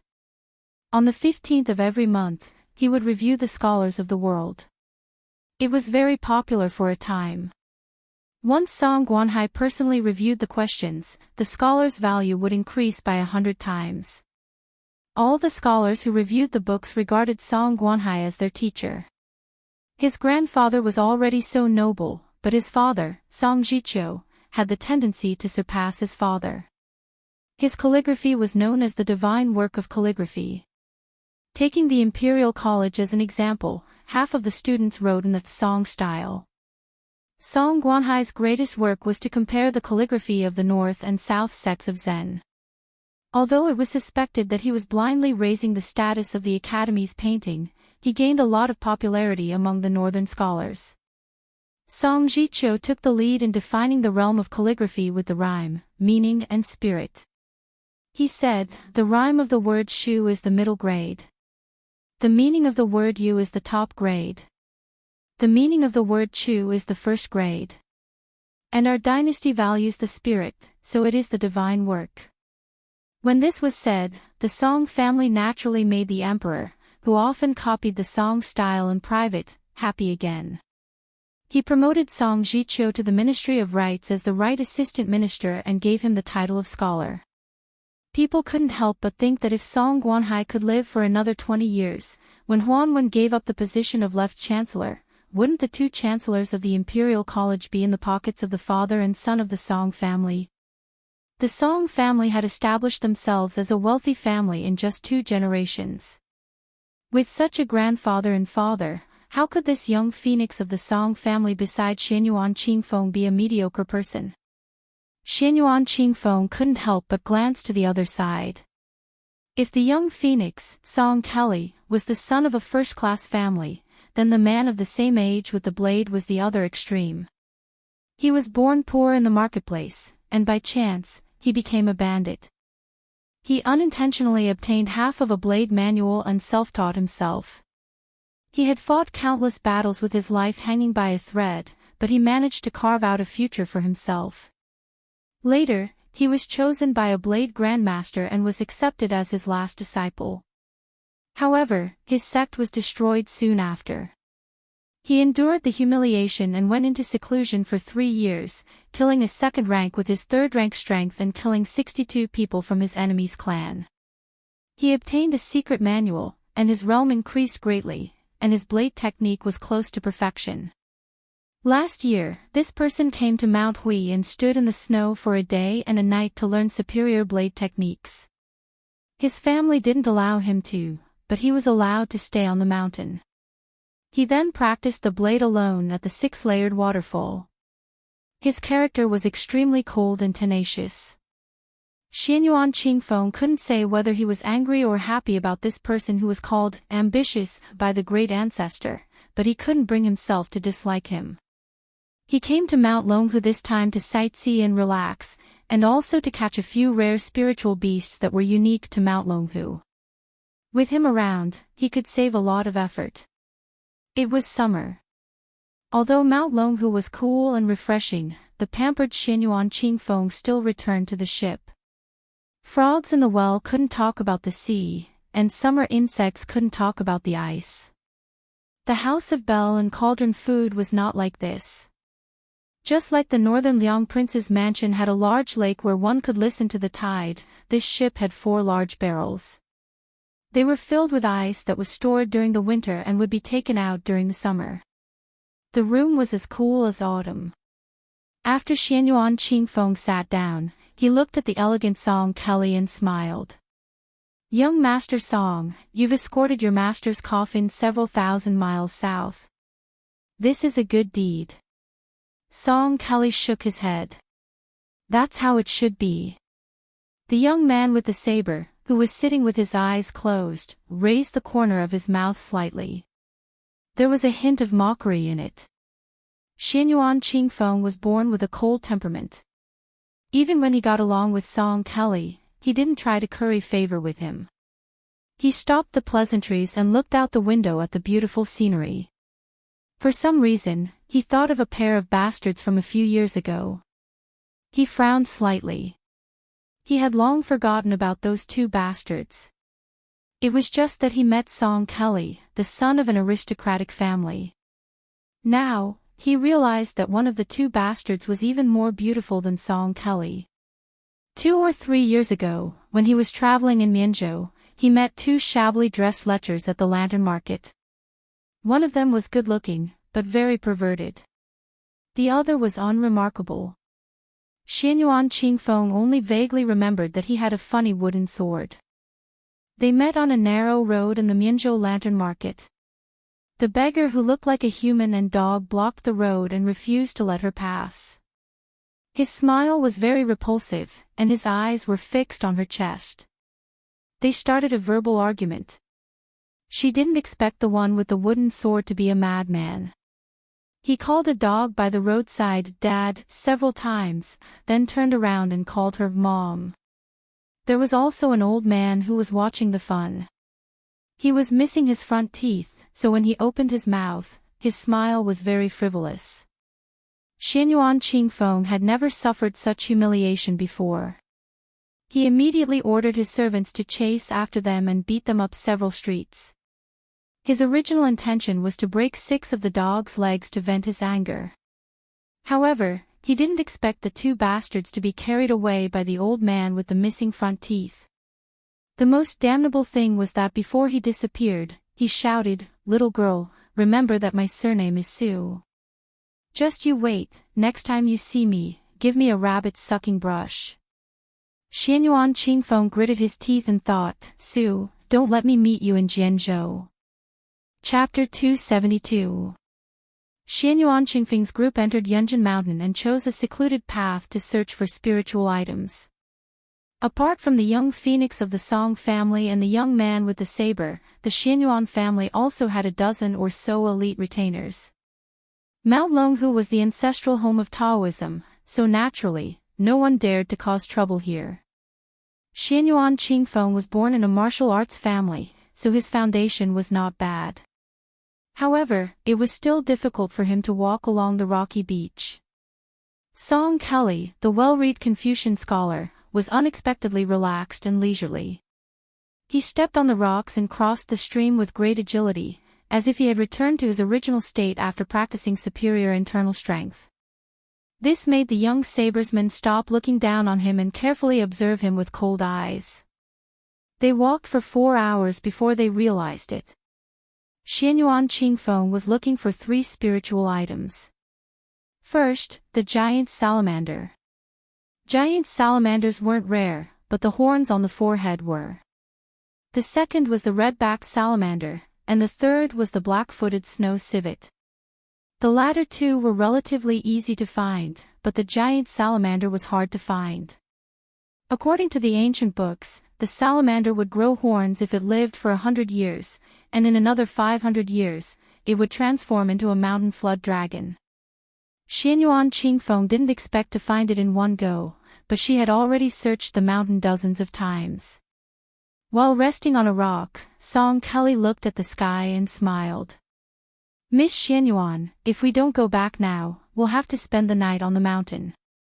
Xianyuan Qingfeng nodded. They didn't get much from this trip, only catching a few salamanders. As for the black-footed snow civet, they didn't see any of them. This was reasonable. These little guys usually only appeared at night. They looked like foxes, but they had a natural musk. They would be the best if they were made into boudoir sachets. However, the process of collecting musk was very bloody and cruel. Xianyuan Qingfeng played with the cute salamander in the glass bottle, thinking that it was time to go home.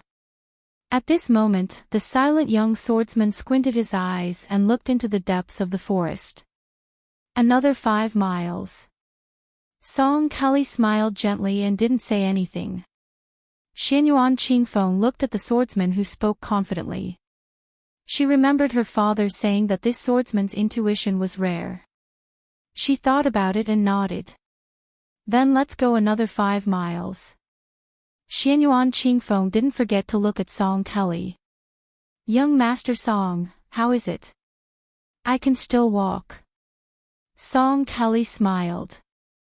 Xianyuan Qingfeng stood up and took a deep breath before leading the way.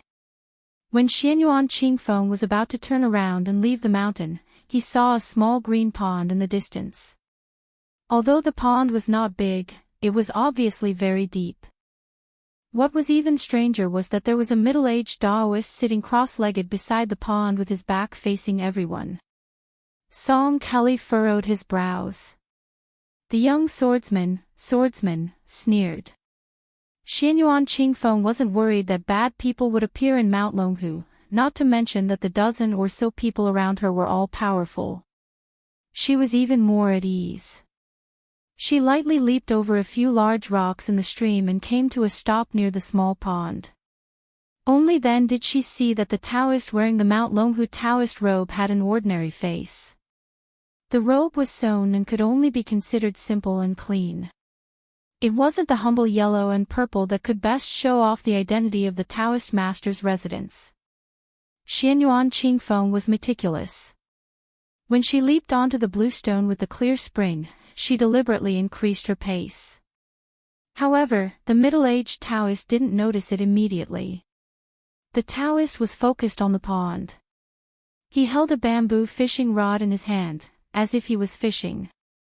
The bamboo pole was long enough to sink into the pond. It wasn't like those distinguished scholars who were deliberately mystifying. Xianyuan Qingfeng was really tired of those scholars who fished for fame. If this Taoist threw out his fishing rod but didn't have any bait, with Miss Xuanyuan's temperament, she would definitely give him a good beating. There was a bamboo basket next to the Taoist, in which several fragrant vermilion fruits were placed. Xianyuan Qingfeng smiled. Did I disturb your fishing? The middle-aged Taoist smiled and shook his head. Don't worry. You won't disturb the fish I'm trying to catch. Song Kelly glanced around and sat down before asking in a warm voice, may I know what you're using as bait? How deep is this pond? The young swordsman was already holding the handle of his sword. Even Xianyuan Qingfeng could sense the killing intent of this boorish man, who was expected to compete with Gu Jiantang in the future. He was always straightforward when he set his mind on something. He was like this when he went to Mount Hui, and he was still like this when he met her. Xianyuan Qingfeng couldn't do anything about it. The middle-aged Taoist didn't seem to sense the killing intent. He pointed at the bamboo basket and gave the first answer. I don't know how deep this pond is, either. Song Kelly was still polite on the surface. May I ask what you're trying to catch? The Taoist didn't hide anything and told the shocking truth in an indifferent tone. It's a giant salamander. It once swallowed an item, and I want it back. Xianyuan Qingfeng asked tentatively, are you trying to catch that giant salamander? The middle-aged Taoist was truly ignorant of worldly affairs. He nodded and said, yes. The young swordsman sneered. He was also straightforward and was about to draw his sword. He didn't draw his sword, but once he did, there would be blood. He didn't care if the Taoist sensed his killing intent. I have a sword, which head in the world can't be cut off. The Taoist sighed and put down the bamboo pole. He glanced at the bamboo basket and turned to smile. I can't catch it this year. There are a few fruits left. If you don't think they're dirty, they can satisfy your hunger and thirst. Song Kelly smiled but didn't say anything. The young swordsman, who had inexplicably loosened his grip, casually sat down and grabbed a wild fruit, handing it to Xianyuan Qingfeng first. She shook her head, so he directly tossed it into his mouth. There were still 3 or 4 left in the basket, so he swallowed them all. The middle-aged Taoist smiled. Xianyuan Qingfeng asked, which Taoist temple do you cultivate in? The Taoist shook his head. I'm like a lonely ghost. I don't have a place to stay. Fortunately, the Taoist ancestral court can accommodate me. Song Kelly suddenly asked, there's something I don't understand. Please enlighten me. The middle-aged Taoist nodded. Please. Song Kelly waved his sleeves and sat down, as if he wanted to discuss Taoism with the Taoist. He said in a deep voice, my father once said that Buddhism is gold, Taoism is jade, and Confucianism is food. Although gold and jade are expensive, they don't make a lot of money. However, the world is like a person's body. One can't go without food for a day. The middle-aged Taoist interrupted in an old-fashioned tone. It's okay to go without food for a day. You won't starve to death. Xianyuan Qingfeng was dumbstruck, and he was greatly disappointed. How could there be such an unreasonable debate? The Taoist priest's immortal bearing that was born from fishing for the great flood dragon salamander in the deep mountains was completely swept away. The swordsman laughed.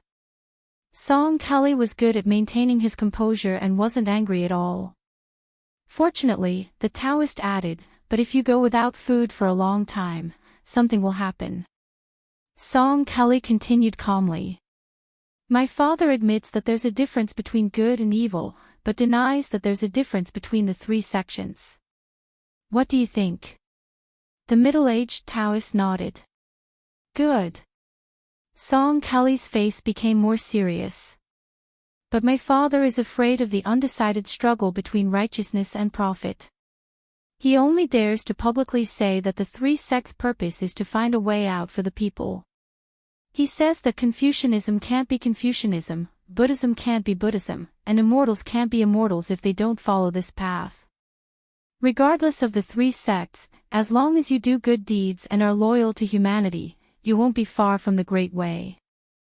Chapter 273. The Taoist priest smiled and said, a gentleman does not stand under a collapsing wall. This was what Teacher Zhang said 2,000 years ago. It's not easy for your father to have such foresight and courage. I believe that if a man can correct his body and mind and gather true spirit, he can nurture great talents and virtues. As for where his roots lie, it doesn't matter if it's on the side of Confucianism, Buddhism, or my Taoism. However, since Taoism is led by the word Tao, no matter how long it's been, the later generations will have an innate advantage. As for the sage book written by Teacher Zhang's disciple, it can be said that it's reasonable, but it's unavoidable that it's scholarly. It's a good thing to set rules, but it's also a cage. There's no doubt that Teacher Zhang is a sage. However, no matter how high one's status is, there's still a sect bias. If I was born 2,000 years earlier, I would have boldly said to him, Teacher Zhang thinks his words are rash, but I think it's wonderful.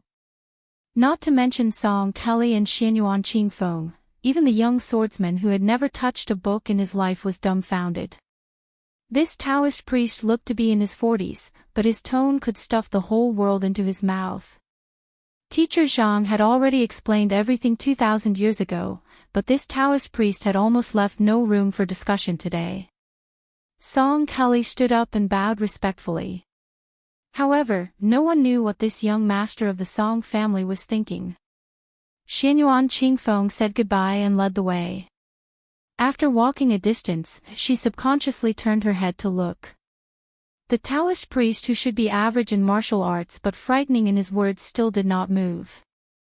When everyone was far away, the middle-aged Taoist priest shook his wrist and the fishing line was dragged up into the sky. There was no end to it. The hook had not been seen for a long time. How long was this fishing line? 1,000 feet. 2,000 feet. The middle-aged Taoist priest waited for the hook to come out of the water and said softly, fine, let's wait for another 10 years. The bamboo raft entered the Dragon King River from the Green Dragon Stream. The river was turbulent, but the bamboo raft was still stable. The old Taoist Zhao Shituan only brought his disciple out to see the scenery of the Shi River. Su Longxiang squatted on the raft and was no longer as afraid of water as before. The old Taoist priest was very pleased. Huang Man was born in the Vajra realm, which was rare in the world. Compared to the young leader of Wudong, Hong Shixiang, who was born with one more heart aperture, he was born with one less heart aperture. His disciple, Huang Man was born with one less heart aperture. He did not have to worry about the heart aperture, which was said in the Taoist scripture, if you don't understand longevity for years, your heart aperture will be filled with yellow dust. Therefore, the old Taoist priest taught Su Longxiang the spring and autumn dream, which was the most suitable way to teach. As long as Su Longxiang was able to support the body of Vajra and reach the best state, he would be able to achieve what the old ancestor said, 300 years of spring and autumn dream, penetrating the Kunlun with one breath. Su Longxiang had not made any progress in learning other superior Taoist mental cultivation methods in Dragon Tiger Mountain. Now, Zhao Shituan only needed to wait patiently for his disciple to reach the minor longevity realm. How could Zhao Shituan not be happy? This was even happier than when the people at the foot of the mountain grew old and had children. He had spent almost 2 years with Su Longxiang at the pleasure temple at the foot of the mountain, and they had developed feelings for each other. Now, there was no need for His Royal Highness to threaten him with a letter. If anyone dared to bully Huang Man, he, Zhao Shituan, would be the first to disagree. Was the great Celestial Master Zhao, who was ranked second in seniority in the Celestial Master Mansion, really just an old man's memorial tablet? The old Taoist's heroic spirit burst forth, and he increased the strength of the raft, flying like an arrow. Suddenly, he saw his disciple standing up, stretching his neck to look in the direction of the devil-slaying platform at the peak of the mountain, and let out a deafening roar. Zhao Shituan was stunned for a moment, and then a roar came from the devil-slaying platform, like the roar of a wild giant beast. The old Taoist was stunned for a moment, and then he clapped his hands and laughed. Good, good, good. You are indeed my disciple to be able to have a telepathic connection with the black tiger under Qi Xuanzhen's mount. It's true that a mountain cannot have 2 tigers. Su Longxiang looked like he was about to jump off the raft and dash across the river. Zhao Shituan hurriedly shouted, "Disciple, don't rush, don't rush." If Su Longxiang had just come up the mountain, he would have jumped into the river without a care and fought to his heart's content with the beast. When he was young, he had torn apart several tigers, leopards, and bears alive. His strength was amazing, and those fierce generals who killed generals and captured flags on the battlefield were ashamed of their inferiority. However, at this time, the old Taoist stopped him, and the idiot actually stopped. But he was still dissatisfied, and he turned his head to glare at the old Taoist. He held his breath and squatted beside the raft in a daze. The old Taoist was in a good mood as if he was drinking wine. He laughed heartily and said earnestly, "Disciple, that black tiger is not a simple beast. It was originally the king of all beasts in our Dragon Tiger Mountain. Its frame is almost twice the size of an ordinary tiger, and its whole body is pitch black. For some reason, it went to the demon-slaying platform to listen to Qi Xuanzhen's lectures for many years. It is very intelligent. In terms of seniority, this guy is in the Jing generation on the mountain. Master has long been thinking about when to let you fight with it. You don't have to rush, sooner or later I will let you fight to your heart's content." Su Longxiang snorted. Probably because of the mention of the black tiger under Qi Xuanzhen, Zhao Shituan's thoughts drifted away. He said softly, "Disciple, Master is telling you some secrets, and I feel uncomfortable if I don't tell you. From my perspective, there are very few Taoist immortals in the current generation. If not for Wudong's Hong Shixiang and Wang Zhongluo's departure, there would be even fewer of them. To Dragon Tiger Mountain, one family has been dominant for too long. It is inevitable that the younger generation will mistakenly think that they are the best in the world, and that is not a good thing. Let me calculate, of course my brother is one, and Dan Xia can also be counted as one. Zhao Danping is too smart, and she can't wait to calculate everything, which will damage her luck. Bai Yu and Qi Xianxia are both strange. One is like Master's father, and the other is like Lu Dongxian. I believe that there will be no problem for them to become immortals in the future, but they still need time. As for the rest of the Jing generation, they are all uncertain. The few with the surname Zhao in the Taoist master's residence will not be able to take on big responsibilities in the future. In the Northern Orthodoxy, there are still 2 rogue immortals, but they are already so old, who knows when they will pass away. Sigh, in the end, there are only these few left. I can count them with one hand. How tragic, they are far inferior to Buddhism. God knows if Su Longxiang was listening, but Zhao Shituan did not care. He turned the raft back and looked at the continuous mountain range. Suddenly, he smiled and said slowly with pride, "That is not a problem. Dragon Tiger Mountain still has a land immortal guarding the mountain." Su Longxiang tilted his head. Zhao Shituan saw that there was a listener for the first time. He stroked his beard and smiled. 60 years ago, people only knew of my father and Qi Xuanjun, but they did not know that there are immortals above immortals. The old Taoist wanted to keep them in suspense, but when he saw his disciple lowering his head to continue catching fish, he smiled and quickly said, "However, I can't say for sure how this immortal is. I only remember that when I was young, I went to the mountains to pick herbs and met a middle-aged Taoist. Later on, Qi Xuanjun had already immortalized for more than 20 years. When I met that Taoist again, he did not seem to have aged at all. I was very curious, so I asked your ancestor. Do you know what your ancestor said? Your ancestor said that he met this person several times when he was young. Disciple, think about it, how old is he? Wudong Song Jiming has lived for 150 years and is known as the oldest person in the world. I conservatively estimate that the Taoist in the mountain is even older. Of course, this is similar to the Taoist jade seal at the bottom of the mountain. It is not easy to verify. Su Longxiang rolled his eyes. He had learned this habit from his brother. Zhao Shituan chuckled and slowly propped up his pole. He smacked his lips and said, "When your father led the army to Mount Longhu, he was forced by the general situation. Even our ancestor could not openly block the way. Everyone in the world knows that several courier soldiers ran 6 courier horses to death before they could deliver the imperial edict to the foot of Mount Longhu. However, no one knows that the last courier soldier died of exhaustion with his horse 60 li away. It was a nameless middle-aged Taoist who took over the imperial edict. Wherever he went, the rain of arrows could not reach him, and all swords and halberds were broken. During this time, more than 20 top experts under Beiliang were unable to stop him. They did not even see the Taoist's appearance clearly. Within half an hour, he arrived in front of the king of Beiliang. His Taoist robe was spotless. The old Taoist said in a daze, "Isn't this the immortal of earth? I wonder if we can meet again in this life."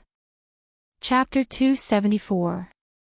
About to be published. The next VIP chapter will be uploaded at midnight. Once the Beiliang heir left, Yangchun City finally regained its peace and happiness. No matter how the scholars of Huding County denied it, as long as His Royal Highness was in Yangchun City, they felt uncomfortable all over. They had originally hoped that the imperial concubines in the palace would put pressure on the widow in Linlang's Lu family mansion. Unexpectedly, there was more thunder than rain, and the matter was left unsettled. Later on, Sir Bian Qingzhai was unexpectedly beaten to death. It was rumored that the entire imperial college in the capital was in an uproar. No less than several thousand students joined together to write a petition. Unfortunately, they were still unable to request for an imperial edict to be sent down to Jiangnan. That eldest brother of the dynasty had eaten his fill, patted his buttocks, and left Yangchun City. The caravan of horses left the city from the Lu Manor. They did not linger in Yangzhou, heading straight for the Taoist celestial capital, Mount Longhu. There were 2 carriages. Blue Bird, whose body had recovered at lightning speed, and the old god of swords, who was bored to death, drove separately. Su Fengnian had Yu Yue and Princess Jing'an sit together in the same carriage. The two women, whose fates had been filled with trials and tribulations, were probably in the same boat. Although they did not talk much, when pondered over it, there was a hint of a common enemy. However, Yu Yue was clearly a bit colder, while Pei Nanwei was more fervent. Su Fengnian turned a blind eye to the little schemes of this princess consort of the Rouge evaluation. He treated it as a small amusement that did not affect the overall situation. He believed that Yu Yue would not switch camps with just a few words. Su Fengnian sat in the carriage, counting his belongings on his fingers. He muttered to himself, "I have more than half of the food general's red armor in my hands, but it is too damaged. I don't know if it can be repaired to its original state. Generally speaking, I can confirm that the food general's battle power is directly linked to the strength of the puppet when it was alive. Mount Longhu is the ancestor of this school of exorcism and enslavement, so I cannot return empty-handed from this trip up the mountain." From the purple Forbidden Villa's whale-slaying sword, he took the most murderous move, stacking thunder, from the Green Water Pavilion sword practice manual. From Aunt Zhao's sword manual, he secretly learned the old god of swords, one sword immortal kneeling. During this period of time, he flipped through the Book of Arms, and learned from Qing Miao that reversed the meridians of the armor removal. The drawing technique was learned from the Dongyue imperial family, and he imitated the steadying disturbance of the Nanhai nuns. All in all, together with old Huang's 9 swords, he could be considered to have gathered more than 20 moves. Su Fengnian caressed Wu Mingyang's head and said with a smile, "Gu Jiantang is the #1 saber user in the world. I wonder how many sabers he can block in a real fight." Yu Yue had expected this. She said lightly, "I don't know." Su Fengnian did not expect to get an answer from Yu Yue. No matter how brilliant her sword dance was, it was not the way of the sword to kill. He flicked the white cat's head with his finger and said to himself, "Chao Chongqing inadvertently said that old Manly, other than the 2-sleeved green snake, also has an even more domineering sword to open the gate of heaven. It seems very arrogant, but why have I never heard of it before? There are no rumors of it in the Jianghu either." The old god of swords' 2-sleeved green snake sword technique focuses on the sword will. Each time, it is complicated and simple. It is said to be one move, but in fact, it is full of changes. Every time, it is too late to dodge and escape. It is very difficult to divert attention to secretly learn it. The old god of swords made it sound nice, saying that he wanted to impart an absolute art. He was clearly venting his anger on me because he was bored. Princess Jing'an said sarcastically, "A man whose heart is not content is like a snake trying to swallow an elephant." Su Fengnian followed suit. He went tit for tat and ridiculed, "Swallow. I know that Princess Consort's little mouth is very clever. Don't show off in front of me. Be careful that you go for wool and come home shorn. I will punish Princess Pei on the spot." Princess Pei had been teased and humiliated by His Highness over and over again about her private matters. She felt as if her weakness had been caught. In the past, she would fly into a rage out of humiliation every time. But today, her expression did not change. She just looked at him coldly and mocked, "I thought your highness was not even afraid of the vassals. I have a whole new level of respect for you at the Reed Marsh. I didn't expect that you would be exposed as soon as you left Qingzhou and arrived at Yangzhou. You are just a paper dragon crossing the river. When you meet a Jianghu official, you have to pinch your nose and be bullied, obediently offering your maid to him with both hands." From this, it can be seen that even if you go to the Dragon Tiger Mountain where several Taoist masters are in charge, you will only be rebuffed. Su Fengnian's face darkened. He smiled darkly and said, "Princess Pei's little mouth is becoming more and more unkind. Congratulations." His Royal Highness took the embroidered winter scabbard and lifted the curtain. He raised his voice and said, "Shu Xiu, don't ride the horse. Take our Princess Pei to sit in the carriage at the back. Let her temper her backbone. Princess Pei was about to speak when she was kicked out of the carriage by Su Fingnian. Then, Xu Xiu reached out and grabbed her. Yu Yue shook her head, but her thin face did not reveal any joy or anger. Su Fingnian glanced at her and then sat near the carriage door.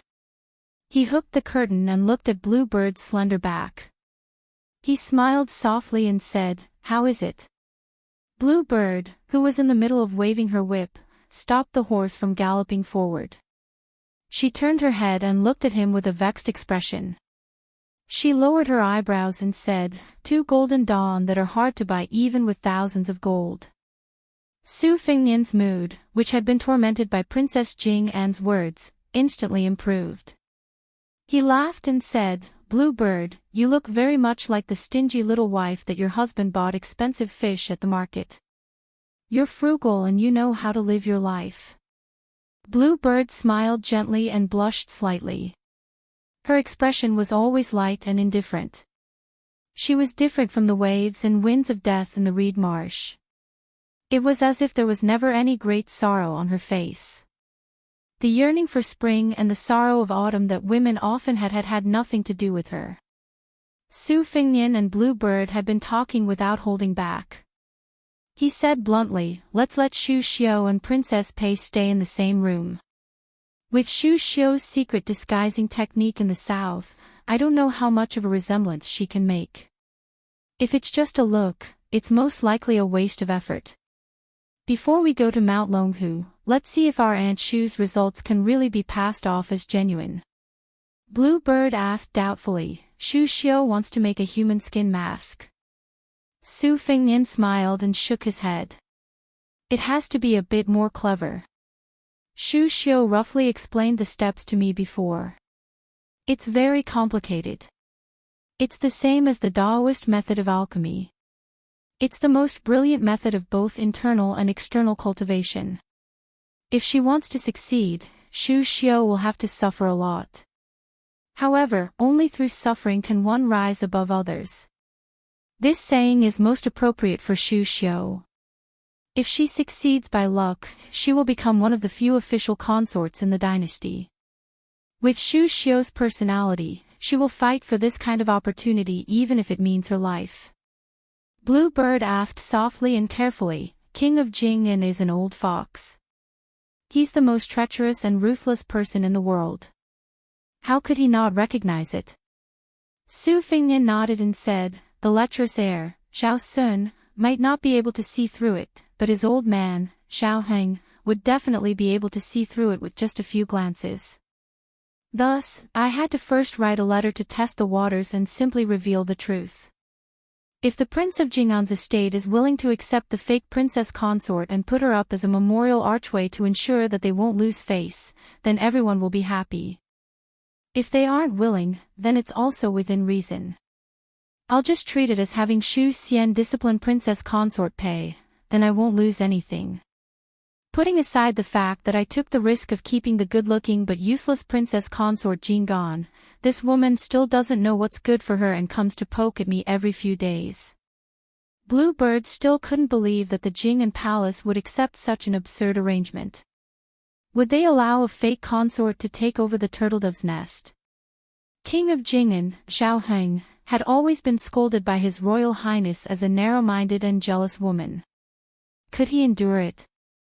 Su Fingnian could see the incredulity on Bluebird's face. He smiled and said, "Just treat it as a gamble." Su Fingnian heard the cry of the green and white Luan and lifted the curtain of the carriage. The handsome spirit bird instantly pierced inside. His Royal Highness held up his arm to stop the bird. His right hand took out a section of a jade tube and took out the secret letter. After reading it, he handed it over to Yu Yue. The latter read it carefully. She raised her head and said, "The imperial court wants to change the system of prefectures and counties to the system of roads. The world will be divided into 16 roads." Su Fingnian smiled and asked, "Tell me what you think." Yu Yue thought for a moment and then said softly, after the 8 kingdoms were pacified, the territory of the dynasty expanded several times. Now, there are more than 1,800 prefectures and counties. The large prefectures that were originally set up to accommodate the old 8 kingdoms could easily become vassal towns. It is indeed difficult for the central government of the empire to control them. From the letter, it seems that everything will be messed up. There will be a new system of 16 roads and 76 prefectures. The large prefectures will be split into several smaller prefectures, and the large prefectures will all be raised to prefectures. The changes to the foundation of the 1,800 counties will be relatively small. Su Fingyan said calmly, I heard from Su Xiao that Grand Secretary Zhang Julu has been waiting for this day for almost 20 years. Yu Yue frowned and said, but the prefectures and counties will become level 4. Isn't the empire afraid that the decree will be blocked? If it is to reduce the vassal states, isn't the price a bit too high? Su Fingyan shook his head and said, it's not that simple. Except for the 7 vassal states including Su Xiao, the rest of the prefectures and supervisors will be changed every 4 or 6 years. However, the decree has not been issued yet. After about 3 or 4 years, when the situation is more or less stable, it will be Zhang Julu's turn. Su Fingyan pointed at the secret letter and sneered, don't forget that in addition to the road system, the imperial court has also taken action against both Buddhism and Taoism. In the past, the management of Buddhism was not strict and only set up the Chongxian Bureau in the Honglu Temple of the Ministry of Rites to manage the monks and appoint the 3 principals. In the future, there will be the position of head monk. It is just that I don't know which monk has the qualifications to be the first head of the world's monks. I guess Yang Taisui may not be willing to show up. As for Taoism, the imperial court has a longer reach. All the disciples of Taoism will be tested and divided into 11 levels. Except for the Taoist mansion, which is the only exception, all the Taoists in the world will be promoted under this framework. Thinking back to the warrior selection system that took the lead not long ago, do you think that the 3 sects of Confucianism, Buddhism, and Taoism will all be under the control of the imperial court? Yu Yue murmured, Heaven's net has a long grind, but it does not escape. Chapter 275. Su San was a postman. He was the 3rd in his family, so he was called Su San. Old man Liu, who was born 10 years later, did not have the good fortune to participate in the Great War of the Spring and Autumn period. Although he was from the 2 Bailiang, his body was not as strong as a young man's, and he was afraid of the cold in the north, so he moved his family to the south. When he had nothing to do, he would tell Su San and the other young men about how thrilling the Great War of the Spring and Autumn period was. He especially liked to talk about how heroic the king of Bailiang was. Every time they heard the same old story, they would not get tired of it. Su San was the most like this, wishing that his parents would kick him out of the womb. Not to mention, now that the world had settled down, no matter how poor the people in the village were, they did not have to worry about losing their heads. They only had a few mu of land, so every family had something to look forward to. When it snowed a few feet thick, in the past, the old people would sigh that no one could make it through this weather, but now it was different. Even when they looked at the snow on the stove, they would laugh and say that a timely snow was a sign of good harvest. Su San did not read or write, but he still understood the logic. Old man Liu said that this relay station was built by the king of Bailiang himself. There was a relay station for 30 li. Whoever dared to embezzle the salary of the courier, no matter how high the official was, he would be taken down and beheaded on the spot. Moreover, Su San and the king of Bailiang had the same surname. After he became a postman, every time he ran a horse to deliver a letter, he would be especially diligent. He felt that he could not disgrace this surname, right? Last year, it was the first time in recent years that the Jiming relay station had encountered an urgent cargo that needed to be sent to the north. Su San's physique and equestrian skills were the best in the relay station, so he naturally took on the heavy responsibility. Unexpectedly, misfortune and good fortune came together. Originally, it was Old Man Lu who wanted to train Su San, but midway, there was an accident. When he was handed over to the next relay station, he was told that the cargo was damaged. The eunuch who was handing over the cargo screamed in a shrill voice that he wanted to confiscate Su San's property and exterminate his entire family as if his ancestors of 18 generations had died. Su San had not seen much of the world, but he had been influenced by Old Man Lu and knew that the eunuchs who came out of the capital to work for the imperial family could not be offended. At that time, he kowtowed and begged for mercy, only begging that the pale-faced, beardless old eunuch to only kill him to vent his anger. How could the eunuch pay any attention to the pleas of a small commoner? He forced the several high-ranking officials in the county beside him to state that the cargo was fresh lychees that the imperial concubine wanted and was stored in an exquisite ice cellar. The damned male broke the box. The box was already hard to buy with 1,000 gold, and the lychees shipped from the southern border were even more undesirable. The officials had no choice but to agree. How could Su San not accept his fate? But for some reason, the sound of horse hooves thundering could be heard, and a few hundred soldiers in bright armor escorted a general to the relay station. Seeing the situation, he pulled out his Bailiang's saber and chopped off the eunuch's head. The general had Su San stand up, and then turned to the county government officials beside him who were all silent like cicadas in winter. He asked with a smile, "Do you deserve to die for killing a courier?" The officials had said that he deserved to die twice in a day. Su San, who had narrowly escaped death, finally found out that the general was the king of Bailiang. Su San's face was pale, but he still urged his horse to gallop forward without a care for anything else. He had long since run out of sweat, and his lips were cracked, leaving only traces of blood. His eyes could not see the road clearly, and he did not know how long the courier horse could last.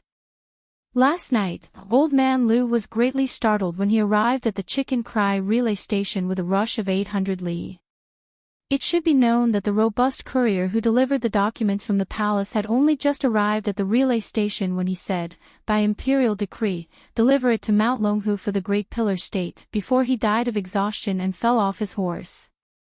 Old Man Lu looked around. Su San was the only one who did not say anything.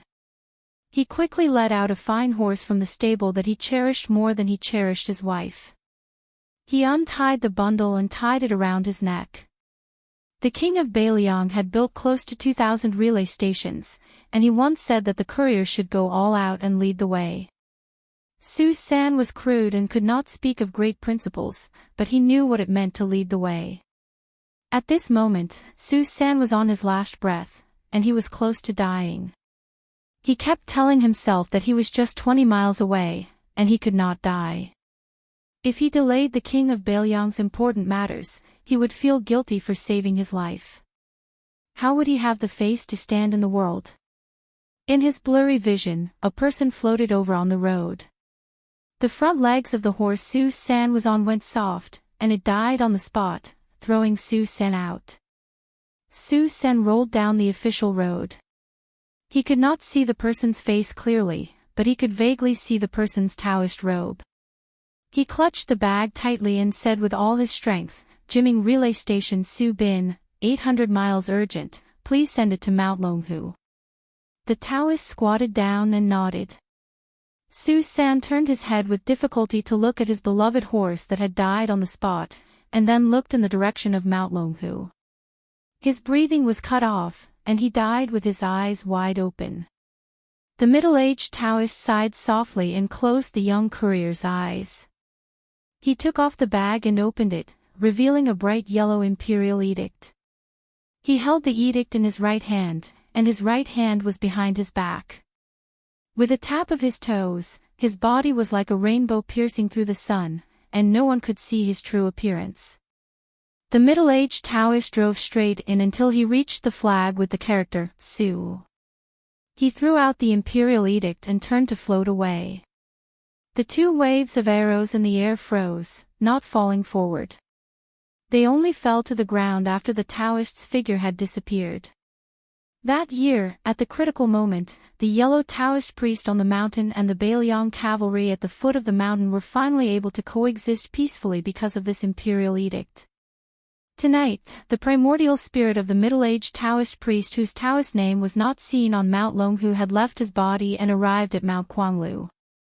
Seeing that His Highness had put away the dagger talisman, hung it casually on his waist, and pulled out 2 knives, the middle-aged Taoist priest standing on the dragon's head said in an old-fashioned manner, "I have met Su Xiao once at the foot of the mountain." Su Fengnian remembered a dusty past he had accidentally learned from Chu Lushan. He raised his head and asked, "You are the Taoist who delivered the imperial edict at the foot of Mount Longhu?" Chapter 276. The middle-aged Taoist said expressionlessly, "That's right." Su Fengnian hesitated for a moment before holding his sabers. He bowed and said, "Su Fengnian greets the Immortal Elder. My father once said that Mount Longhu was the best in the mystic enlightening realm, not Daoist Qi who ascended to immortality 50 years ago." The middle-aged Daoist was indifferent as he looked down at Su Fengnian and the talisman. Su Fengnian bowed and asked, "I'm curious as to why the Immortal Elder can ascend to immortality but not enter the heavenly gate but not enter it." The middle-aged Daoist said calmly, "My surname is Zhao. The same surname as the Emperor." These words were enough to explain many mysteries. Why did the previous great celestial master not hesitate to exchange his life to extend the life of the previous emperor? Why did the imperial court continue to confer titles to Mount Longhu and raise the status of this ancestral court? Why was the current great celestial master Zhao damping like a fish in water in the capital? Why was Mr. White Lotus favored by the emperor? Su Fengnian's hands trembled as he looked up and gritted his teeth. The Immortal Elder is already an outsider. The Daoist whose age and cultivation were unfathomable smiled faintly. "Have you heard of the saying that when a man achieves immortality, even his chickens and dogs ascend to heaven? Besides, I haven't ascended to immortality yet, so what's wrong with protecting my descendants?" Su Fengnian asked again and again, "Immortal Elder, may I know what lesson you have for coming here with your out-of-body primordial spirit?" The middle-aged Daoist did not answer the question. Instead, he pointed behind Su Fengnian. Su Fengnian did not dare to turn his head as he was afraid that he would not know how he died. The Daoist frowned and said, "Although I'm not a saint, I'm not going to argue with a junior like you." Back then, Su Xiao had the same principle. "My descendants have their own fortune and misfortune. As long as no one deliberately deviates, even if the country is destroyed, I won't interfere with the heavenly secrets." Su Fengnian turned his head and widened his eyes. Unknowingly, a giant python with a red tongue appeared behind him, confronting the heavenly dragon Zhang Su. The giant python versus the dragon. The giant python that seemed to have occupied the entire mountain was fearless. Su Fengnian was in awe of the golden dragon, but for some reason, he was not afraid of the giant python. Instead, he felt a sense of intimacy from the bottom of his heart. When the giant saw Su Fengnian turned around, it lowered its head and rubbed its head against Su Fengnian's forehead. The heavenly dragon seemed to be enraged by the giant python. The purple gas it breathed out grew thicker and its body rose higher, revealing half of its body. It bared its fangs and brandished its claws as it roared furiously at the peak of Quanglu Mountain. The purple gas seemed to have materialized and condensed into a purple pillar that charged forward. "I don't care if you're a celestial being or an immortal. There's no reason for me, Su Fengnian, to accept my fate and beg for death." Just as Su Fengnian was about to draw his saber, the giant python at the top of the coiling dragon mountain raised its head and straightened its body. It bit the purple pillar of dragon qi and crushed it in an instant. In a trance, the middle-aged Taoist priest, who seemed to be standing on top of all living things, just watched coldly from the sidelines. The heavenly dragon roared. Su Fengnian saw that there were no longer any stars in the sky. The clouds rolled and surged like raging waves. They gathered above the heavenly dragon's head, layer upon layer, becoming increasingly dense. "Fengnian." Su Fengnian was still terrified by the invincible might of the golden sky dragon when he heard a familiar voice. He turned his head abruptly and saw that person. At this critical moment of life and death, he was oblivious to everything in the world and was only crying. A white-robed woman's sleeves fluttered in the wind. She had once taken her sword out of the sword tomb. She had once played the fish dragon drum in white clothes. She had once punished him by holding a book against the wall. She had once worn the cloth shoes personally made by Su Xiao and entered the imperial palace alone. Su Fengnian's voice was hoarse as he carefully called out, "Mother." He was afraid that if he shouted too loudly, she would disappear with the wind. Her body was transparent, and she slowly floated over like a fairy from Dunhuang. She floated in the air as if she wanted to caress her son's cheeks. The middle-aged Taoist finally spoke. He snorted coldly and said, "You're going against the heavenly Tao." He waved his sleeves and smashed the giant white python's head onto the ground. "Wuxia, go to the Yellow Springs." He waved his sleeves again, and a strong wind blew. The white-robed woman who was only a few feet away from Su Fengnian retreated with the wind. The woman raised her head and sneered, "Zhao Huangchao, why didn't you enter the heavenly gate?" Su Fengnian saw his mother's body gradually becoming blurry, turning into a stream of light and dissipating. He was completely mad. His eyes were red as he stretched out his hand to grab her. The middle-aged Taoist was, after all, a well-deserved Earth Immortal. She, who had already defied the heavenly Tao, moved forward with difficulty and allowed her soul to dissipate. She stretched out her hand and held Su Fengnian's hand. The middle-aged Taoist's vast Taoist chi poured down from the sky. He raised his palm and said angrily, "The heavenly Tao is majestic. Demons, retreat." Instantly, thunder rumbled. The Taoist slammed his palm down. The Taoist carried out justice on behalf of the heavens. The white-robed woman, from her feet to her waist, slowly disappeared like dust along with the giant python. Su Fengnian, whose face was full of tears, shouted at the top of his lungs, "Mother." She smiled and said kindly, "Fengnian, I can't take care of you anymore. I can't bear to part with you." Su Fengnian shook his head like a madman. In that instant, 20 years of his life flashed through his mind, disappearing in an instant. Until Li Chungang said that he had a sword to open the heavenly gate. Su Fengnian only felt that his acupuncture points were exploding, his meridians were exploding, his flesh was exploding, and his soul was exploding. Everything exploded.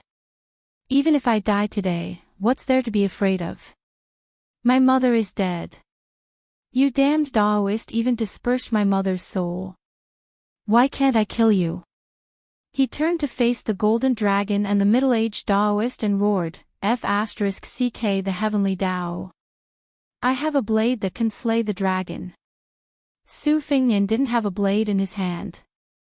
As soon as he said that, the giant python and fireflies gathered, and a snow-white divine weapon appeared in Su Fengnian's hand. I have a blade that can kill immortals. The blade cut through the air. The color of heaven and earth changed. There were no more dragons, no more immortals. Su Fengnian slowly opened his eyes. The top of Quanglu Mountain was clear. Li Chungang, Bluebird, and the others didn't come after hearing the news. Su Fengnian looked down. The divine talisman was still in his fingers, and the embroidered winter-spring thunder was inserted into the ground. Su Fengnian touched his cheeks. They were full of tears. So it was just a dream. Su Fengnian turned his head and squeezed out a smile. He looked at the silent void and murmured, "Mother, rest in peace." Then he turned his head and looked at the starry sky. Su Fengnian said word by word, "I have a blade that can kill the dragon." Chapter 277. Su Fengnian suddenly stood up and checked the flow of qi in his body. There was nothing unusual. The fourth floor was only the fourth floor. Just as he was about to pull out the embroidered winter-spring thunder and return it to its scabbard, he focused his mind and subconsciously leaned back until he was parallel to the ground. The tip of his foot kicked the scabbard of the spring thunder. The scabbard collided with the blade and broke through the ground. A dagger dipped in poison brushed past the tip of his nose. Su Fengnian held the spring thunder with his left hand and slammed his right palm on the ground. His body floated back 20 feet. After he stopped, he looked at the cliff and saw a slender figure leaping out with a dagger in her hand. She laughed and was not in a hurry to fight. She tilted her head and asked doubtfully, "Hey, how did you know that I would climb from the cliff to the top?" Su Fengnian stared at the elusive young assassin without blinking. He suppressed the anger in his heart and said calmly, "You can crawl out from under a horse, jump out from water, and jump down from the hole in the city gate. For the 1,000 taels of gold that the king of Jing'an, Zhao Heng, paid you, what can't you do?" The young girl said, "Oh," and didn't say anything else. She looked at Su Fengnian, who was holding the dagger in his left hand with an expression that said, "I knew you were left-handed." Su Fengnian suddenly asked, "Did you see anything strange when you climbed up?" The young girl shook her head and said, "Climbing is boring." Su Fengnian had a complicated expression. He looked at the white sky and said helplessly, "Young lady, you stabbed the dagger in both hands into the stone wall and climbed for an entire night." After the young girl who was supposed to be in the prime of her youth assassinated Wang Mingyin with her dagger hand, it had caused a huge uproar in the Jianghu. The target of the assassination was the 11th in the world who had been famous for 20 years. This news was even more shocking than a certain beauty and a certain young master. In the Jianghu, the most powerful aphrodisiacs were always secret manuals, women, and fame. There was an endless stream of people chasing after them, especially the latter. Otherwise, how could there be so many martial artists in the Eastern Sea martial emperor city who desperately wanted to climb up the city gate tower? Being able to go up to the second floor was enough to ensure that one would not have to worry about wealth and glory for the rest of his life. It was not that Su Fengnian had never offered her 2,000 or 3,000 taels of gold, but she had never paid attention to him. What could he do? This time, he thought that he had the old god of swords Li Chungang and the others to protect him, and in front of him was a natural barrier, so he could have a peaceful night. Who would have thought that even the sword cliff could not stop Miss Hehe? Su Fengnian could not understand.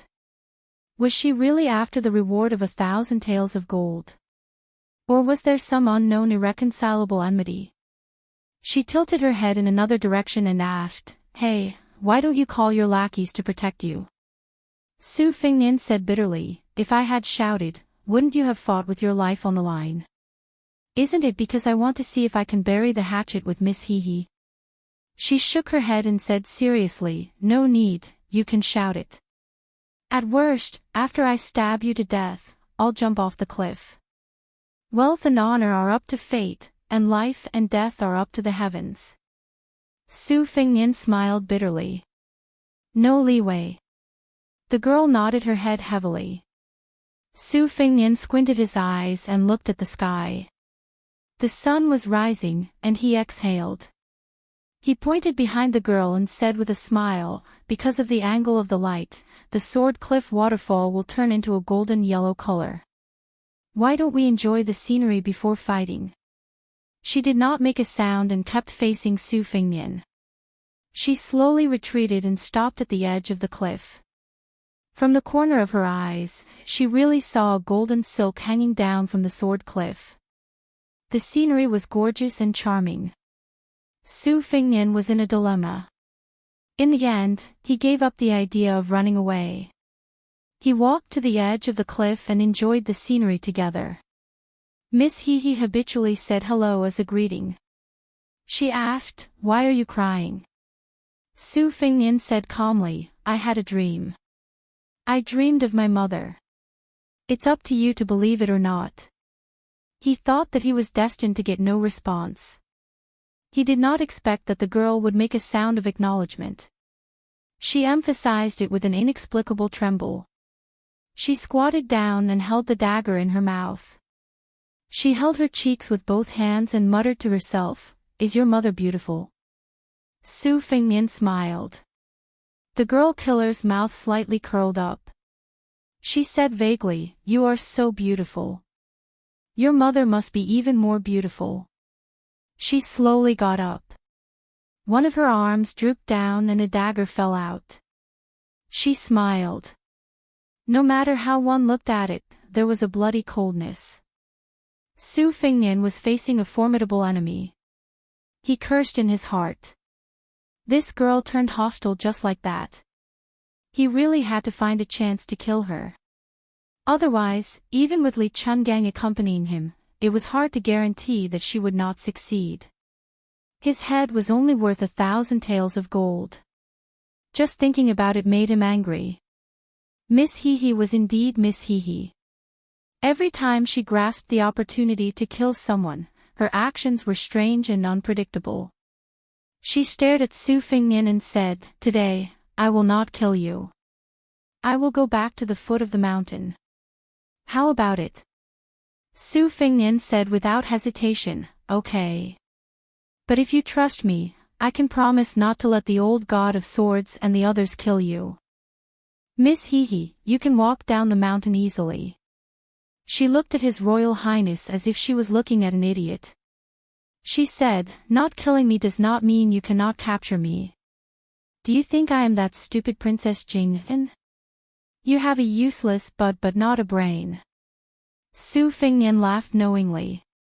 To be honest, if it were not for the fact that they had to separate life and death, he really wanted to have a heart-to-heart talk with her.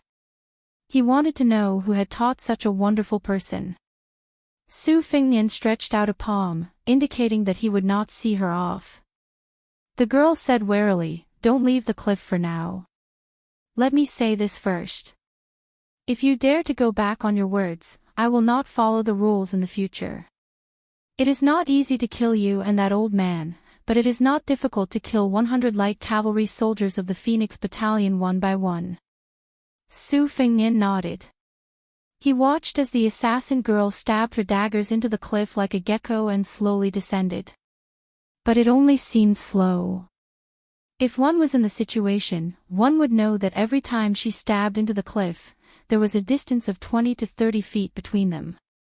If it were Su Fengnian, he would not have the guts to hang on the cliff. The mountain wind swept the cliff, unusually strong. Her body swayed as she descended. Even Su Fengnian, who was watching from the side, was worried for her. It was very strange. Su Fengnian did not have the slightest hope that she would fall to her death because of this. He did not know whether to laugh or cry. With her following him like a shadow, His Royal Highness did not dare to breathe for a moment on the path of martial arts cultivation. The sun rose from the east, leaping out of the sea of clouds.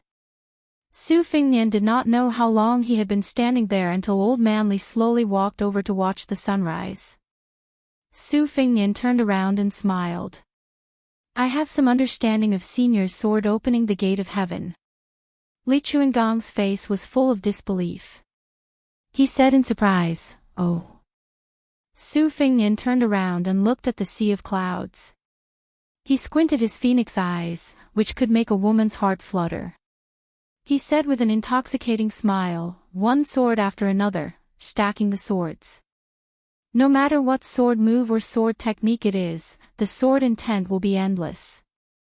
If one is determined not to kill with one sword, one will not use this sword. I bet my life's cultivation on this sword. If I were to learn the saber, I would do the same. I would strive to have the courage to kill the heavenly dragon with one move. Old Man Li did not change his expression. He said in a low voice, "That's reasonable. But with your current realm, aren't you courting death by using the saber like this?" Su Fengnian shook his head. "Of course not now. Wait until I reach the Vajra realm." Li Chungang sneered arrogantly. "It's not that this old man is looking down on you, kid. As long as you are His Royal Highness, you won't be able to master this move. Without this old man as your protective talisman, won't Su Shao find other experts to be your death exemption golden medallion?" If you have nothing to fear, how can you achieve the realm in the midst of danger? Su Fengnian said calmly, as long as I reach the Vajra realm and return to Beiliang, I'll immediately enter Beimang alone. Li Chungang snorted coldly. At least you have some ambition. You didn't waste this old man's 200 green hand snake. Su Fengnian dismissed it with a smile. The old god of swords suddenly asked, you almost went mad after meditating last night. What happened? Su Fengnian shook his head gently and said indifferently, I'm fine. The old man wrapped himself in a sheepskin coat, curled his lips, and stopped asking. Yu Yuwei and Pei Nanwei had also woken up to look at the scenery. Blue Bird followed behind them. He had to admit that Princess Jing An, who had been slandered by Miss Hehe as having no brains, was indeed worthy of the praise of outshining the moon and putting the flowers to shame. When a woman was so beautiful, it seemed that it didn't matter whether she had brains or not. Moreover, how could there be so many beautiful women with such great intelligence in this world? His Royal Highness' second sister, Su Weisheng, could be said to have stunning military strategies, but wasn't she just plain looking? With Su Fengnian's 100 copper coins as a judge of beauty, among all the beauties he had seen in his life, Pei Nanwei was undoubtedly the number one. She should be at the standard of 94 to 95 copper coins. After she fell from grace, she wore a wooden hairpin and a narrow-sleeved cloth skirt, which was difficult to hide her charm. During this period of time, if she needed to appear in public, His Royal Highness would ask her to wear a soft guanin hood, with a light muslin draped over her shoulders. When conservative women went out, most of them would wear this kind of hood. Young ladies who were yet to be betrothed would generally wear a headband with a bright color. Their faces could be seen 70 to 80% clearly, so it didn't matter whether they wore it or not. Yu Yuwei didn't need to be so cautious and reserved. She wore a well-styled brocade with large sleeves, exquisite embroidery, and a pair of brocade boots full of the style of the Western regions. In terms of appearance, she naturally lost 2 or 3 copper coins to Pei Nanwei, whose skin was publicly recognized as whiter than snow. However, Yu Yuwei's bosom was as small as the mountains. As long as one had the hobby of playing with the peeled lychee meat on their chest, no one would not submit under her skirt. On this trip out of Beiliang, intentionally or unintentionally, he discussed some court politics with Yu Yuwei. Perhaps it was because she was born in a family of officials and had been influenced by what she saw and heard since she was young, but she was always able to reveal a rather extraordinary view. Su Fengnian returned the embroidered winter and spring thunder to its sheath and hung it around his waist again. He walked straight back to the Phoenix Battalion's camp. Yu Yuwei and Pei Nanwei stood together, looking at the gorgeous sky with blurred eyes. And beneath their feet, on a cliff that looked like it had been cut by an immortal sword, a young girl held the hilt of a knife with one hand. Her body swayed, like a stubborn blade of grass between the cracks of the wind. She, who was neither above nor below the ground, stared blankly at the morning glow. She didn't laugh. She just stood there in a daze. Chapter 278. The Chong, an escort agency, was neither too big nor too small in the eyes of Jianghu, which was said to be a province without escorts. It was good that the old escorts and the young escorts were well matched. There were only 50 to 60 of them. However, most of the old escorts were heroes and retired soldiers, so their combat power was not weak. The old escorts were tired of licking blood on the blade and became escorts. Not only did they have a solid foundation in martial arts, but they also had a strong network of connections. When they went out, they relied on their friends. Since they were escorts, it was inevitable that they would pass by many local strongholds, carry the escort flag, and announce their family's name that they used to be in Jianghu. Perhaps they used to snatch a maiden together. Therefore, most of them were willing to give them some face.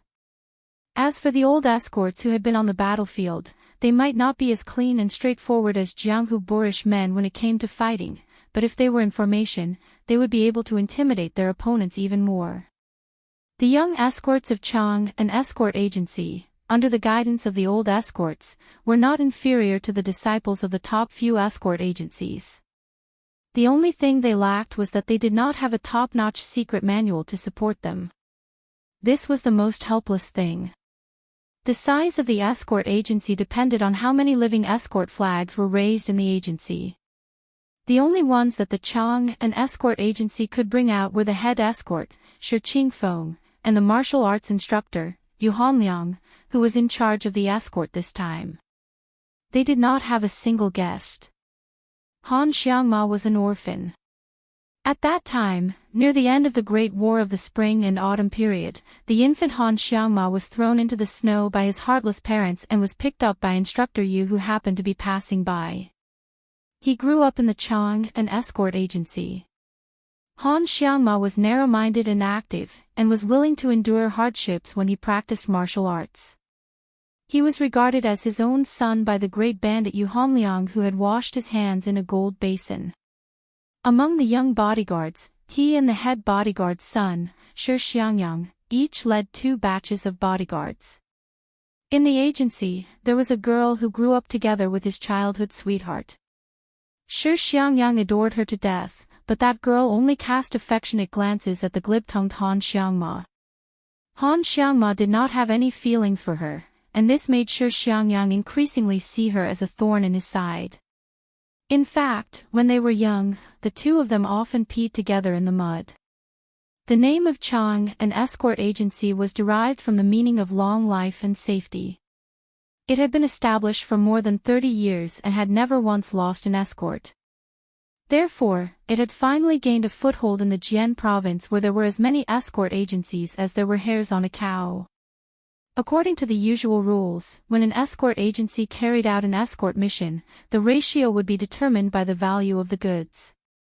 However, Han Xiangma felt that this escort mission was a little strange. He was the only one in the escort agency, and the rest were the most experienced old escorts in the agency. Father Yu was personally leading the team. Before they left the Jian province, the name of Chang, an escort agency, was still somewhat useful. However, after leaving the Jian province for more than 10 days, it had obviously become a little tricky. Father Yu was an old drunkard, but he would occasionally rest in the cook shops and have a few cups of wine after the shop was closed to satisfy his cravings. However, this time, he didn't even bring a wine pot.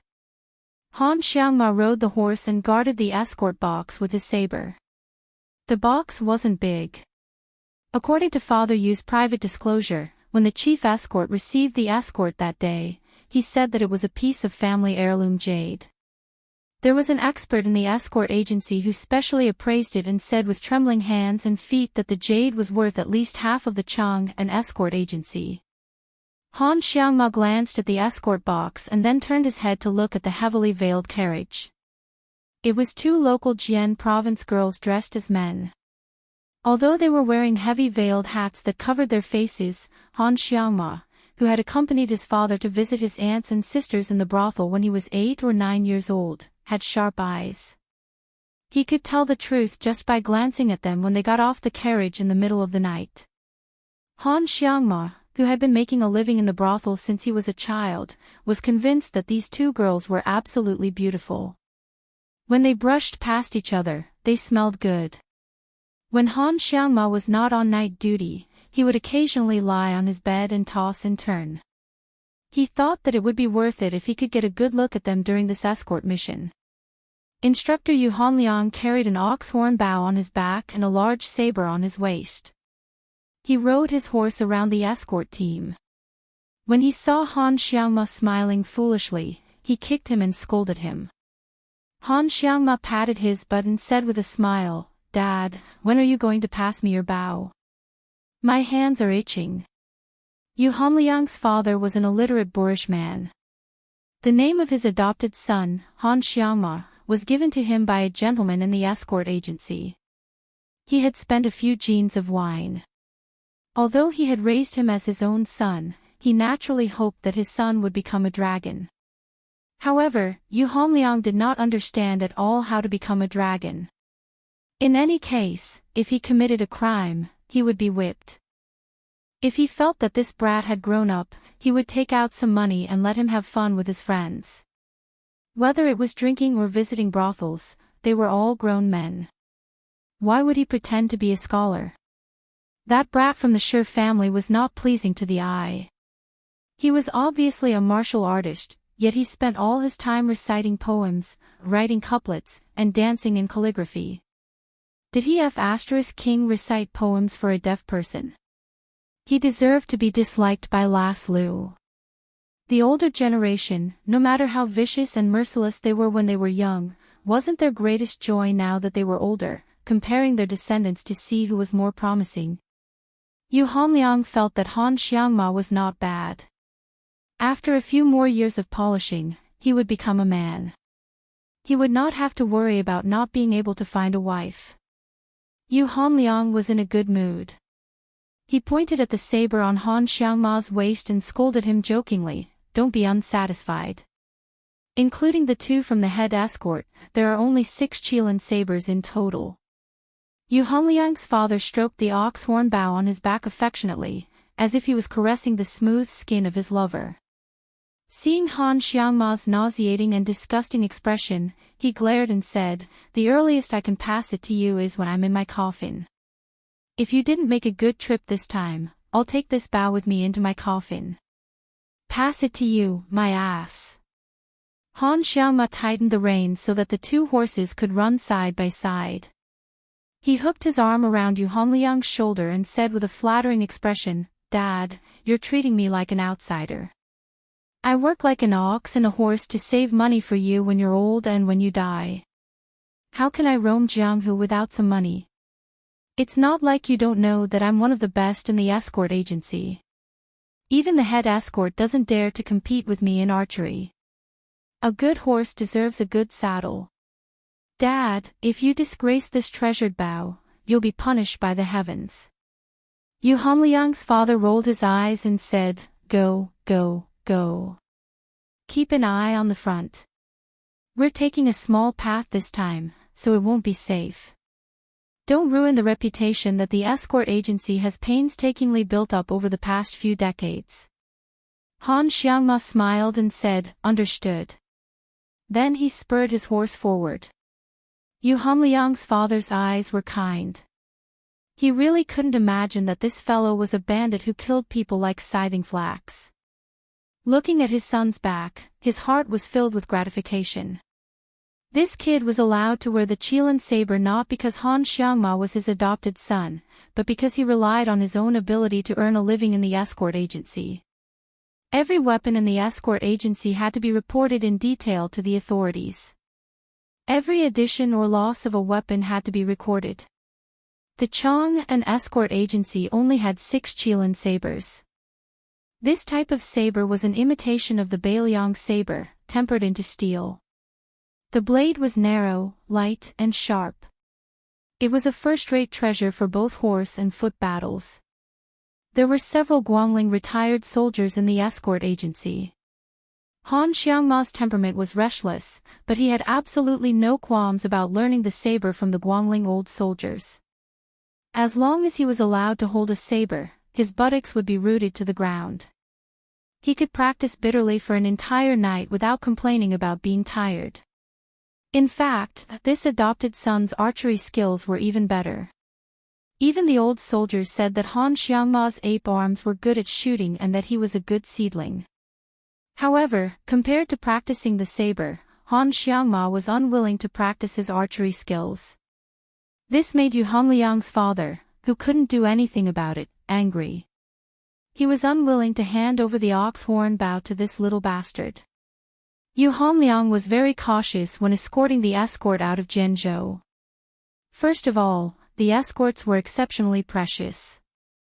If they were lost, not only would the Chang and escort agencies suffer a huge loss, it was also highly likely that they would no longer be able to accept jobs in Zhenzhou where competition was fierce. Therefore, other than him, the martial arts instructor, and Han Xiangma, a meticulous and skillful bodyguard, the rest of the escorts were all experienced Jianghu escorts. There were more than 30 of them. It could be said that they had turned out in full force. Including the assistants and odd job workers, there were nearly 50 of them. It was a mighty force.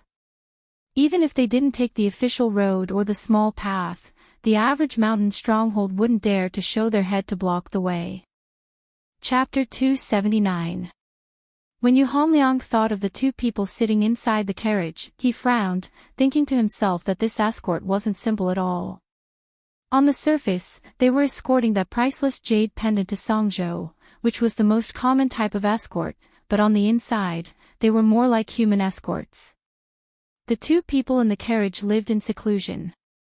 Yu Hongliang had spent most of his life as a fugitive and had only managed to settle down after joining the escort agency.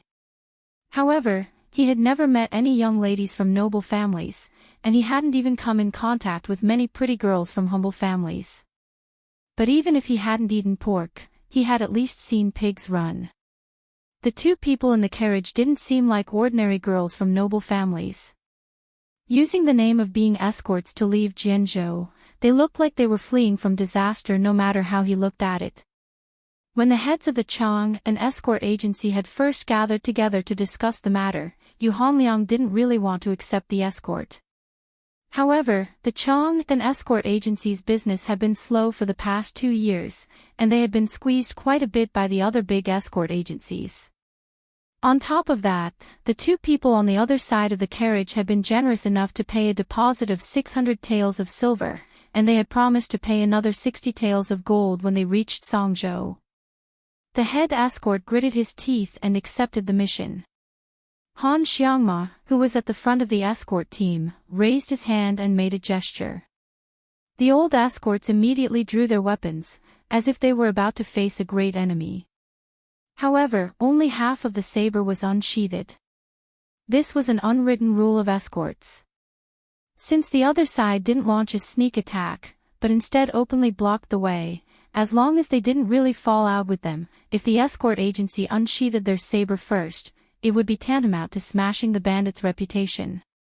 It was a very disrespectful act. When traveling the Jianghu, one couldn't be careless in the slightest. About 70 to 80 people jumped out of the dense forest on both sides of the small path with shiny sabers and spears. More than 20 riders appeared from the fork in the path, all of them strong. Yu Hongliang had been an escort for 20 years, so of course he could tell that this group of bandits wasn't ordinary. They were most likely the kind of bandit who set small shrimps to catch big fish. Yu Hongliang was puzzled. He had never heard of such a troublesome bandit king on this mountain. He had even been here last year and remembered that the bandits who occupied the mountain were Qin Yaozi's acquaintances. Qin Yaozi was an expert in the 3 Emperor Cannon Fist and the 16-style whip kick. Yu Hongliang had no chance of winning in a one-on-one fight. However, the bandits under Qin Yaozi were not very useful. They were old, weak, and disabled. Thus, when he was escorting in the past, he had only paid a small amount of silver as a tribute to the emperor. Both sides were still able to live with each other. After a while, Yu Hongliang and Qin Yaozi had become half-acquainted. According to the head escort, Shi Qingfeng, this time, he wanted to see if he could use this opportunity to rope Qin Yaozi in as a guest of the Chang, an escort agency. However, he didn't expect that the Bandit King's banner would be so ferocious. There were 20 bandits on horseback. This wasn't something an ordinary bandit could have. Not only was a horse expensive, but there was no market for it. Raising a horse was even more difficult. Father Yu exhaled a long breath of turbid air. He tightened his grip on the saber at his waist and urged his horse forward. First, he had Han Xiangma, a newborn calf that wasn't afraid of tigers, roll back. Facing the group of bandits, he cupped his fists and shouted, "Jian Province's Chang and escort agencies Yu Hongliang would like to borrow the path for you heroes." The other party didn't move at all. Father Yu braced himself and took out 2 bags of silver fragments. He raised his voice and said, "Taisui offers 20 tales of filial piety." The 20 riders didn't move an inch on the small path. Han Xiangma, who was originally ordered by Father Yu to bring up the rear, was furious. 10 tales of filial piety was already considered quite generous for an escort agency. These bastards relied on their numbers and didn't want to give them face. He turned his horse around and was about to draw his saber. Father Yu, who was familiar with this kid's violent temperament, was afraid that he would mess up the important matter. He turned his head and scolded, "Xiangma, don't mess around." Han Xiangma had no choice but to sullenly withdraw his saber. Suddenly, he opened his eyes wide and shouted with reddened eyes, "Father, be careful." A person jumped down from a tree on the side of the road.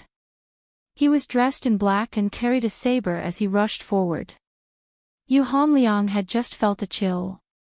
He didn't even have time to draw his saber to block before the person drew his saber and slashed him and his horse into two halves. Everyone felt as if their liver and guts were about to burst. They only saw the semicircular flowing light on the saber's edge. This kind of cold and silent killing technique was truly terrifying. Blood dripped on the small path. The bodies of man and horse were cut into two halves. Han Xiangma, who had depended on Father Yu for more than 20 years, was extremely angry. He lost his reason. He clamped his legs on the horse's belly and pulled out his Qilin saber, urging his horse to gallop forward. The young saberman standing on the small path lightly twisted his wrist. The blood on his saber splashed onto the ground, forming a scarlet line of blood.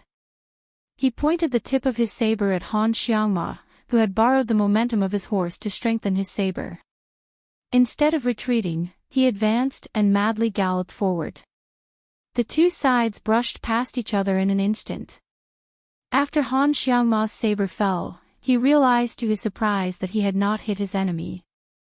The next moment, he fell off his horse and rolled on the road. It turned out that the four hooves of his horse had been cut off by the saberman. When he looked down at himself, his legs below the knees had long been separated from his body. It was only now that the saber was too sharp that Han Xiangma felt the piercing pain. Even someone as tough as him howled in pain. His 10 fingers subconsciously bent into hooks on the road and pierced into the mud. He did not even realize that his fingernails had been uprooted. Han Xiangma, who had dreamed of being in Jianghu for as long as he could remember, raised his head and saw Father Yu not far away. He slowly crawled over. At this moment, the young escort no longer had any thoughts of being free and unfettered in Jianghu and making a name for himself in the martial world. He only wanted to see his father one last time. The saberman who committed the murder did not even look at the nameless soldier Han Xiangma. Facing the hurried formation of the escort agency, he walked forward leisurely and easily deflected a few arrows that were shot at him. The saber's edge was as clear as snow and the momentum of his saber was majestic. The old soldiers of Guangling who had formed the formation at the front could not withstand it at all. The saberman with a stiff face only needed one clean stroke each time, cutting these old escorts of the Chang, an escort agency, into a pool of blood as if he were cutting melons and vegetables. Except for Han Xiangma, who did not die on the spot, those who met him were all killed instantly without exception. In less than half an hour, the carriages were in a mess. The old escorts protected the carriages with their lives. The workers and handymen did not have the courage to flee in all directions. The saberman also did not chase after the carriages. Naturally, the 20 valiant cavalrymen chased after them on horseback. Raising their sabers, they easily pulled out a fatal wound that was so deep that the bones could be seen. The burly young man pulled out the tip of the saber that was stabbed into the heart of the last old escort. He wiped the saber on the body that was slowly falling to the ground to wipe away the blood stains and then used the tip of the saber to lift up the curtain of the carriage. He said coldly, "You have been chosen by Ancestor Shenyuan. Where can you escape to?" The curtain was lifted up and a dagger stabbed out. The young saberman pinched the dagger with 2 fingers and casually broke it. He threw it on the road and then reached out to grab her slender white neck. He first dragged her out of the carriage and then hung her in the air. Her veil hat had fallen off, revealing a cold and peerless face. However, the cold-blooded swordsman did not care about her appearance. He only lowered his gaze slightly and saw that her feet, which were quite high from the ground, were trembling violently. Her hands were patting his thick arm in vain. Her face turned from red to purple. Another person who stayed in the carriage came out and saw this scene.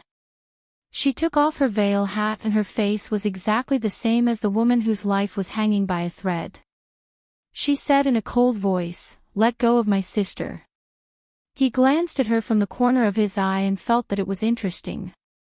There was actually someone who was not afraid of death. She suddenly pulled out a dagger hidden in her sleeve and pressed it against her neck. She pierced into her soft skin and cut a bloody groove. She said coldly, "Let's see how you will explain to the pervert ancestor Xianyuan if I die." The young saber man who had killed countless people frowned. Today's secret matter was nothing to him. Since he had come to Mount Hui to learn martial arts, of course he had to work hard for others. Everyone in Sword Province knew that the old master of Xuanyuan's hobby of keeping women and torturing and killing young girls. The old man was proficient in the secret sect's joyful method and had been cultivating yin to yang for decades. His inner strength could be said to be mysterious and he was also a saberplay grandmaster. The young saberman received an order to intercept a pair of fairy-grade cauldrons that Ancestor Xianyuan had chosen more than half a month ago. He turned the Sword Province escort agency upside down and hurried over, which delayed his saberplay practice at the six-layered waterfall. This made him, who was addicted to martial arts, feel very bad. Facing the threat of the woman in the carriage, he held her neck with one hand and pressed the tip of the blade against her heart with the other. He said coldly, "Suicide. I won't stop you. However, I can guarantee that your sister will die before you. As long as I find the heart acupoint and crush her heart, I can make your sister half dead and suffer a fate worse than death. It's 100 times worse than you cutting your neck." She bit her lips with her snow-white teeth so hard that blood seeped out. The hatred in her eyes was unforgettable. She said slowly, "Who are you?" The young saberman said indifferently, "Remember, I'm Yuan Tingshan. If you want revenge, follow me back to Mount Hui and serve Ancestor Xianyuan well. Only after a few years of pillow talk will you have the hope of causing me some trouble." She really threw away the dagger and said with a smile, "Just wait."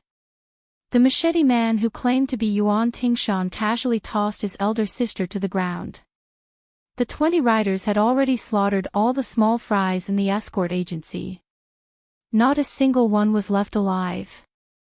The machete man cracked his neck at the genuine robbers behind him. The riders whose blades were still dripping with blood all smirked and charged forward. She looked indifferently at her sister who was hugging the saberman's thigh and begging for mercy. The young saberman quietly waited for the riders to finish their work.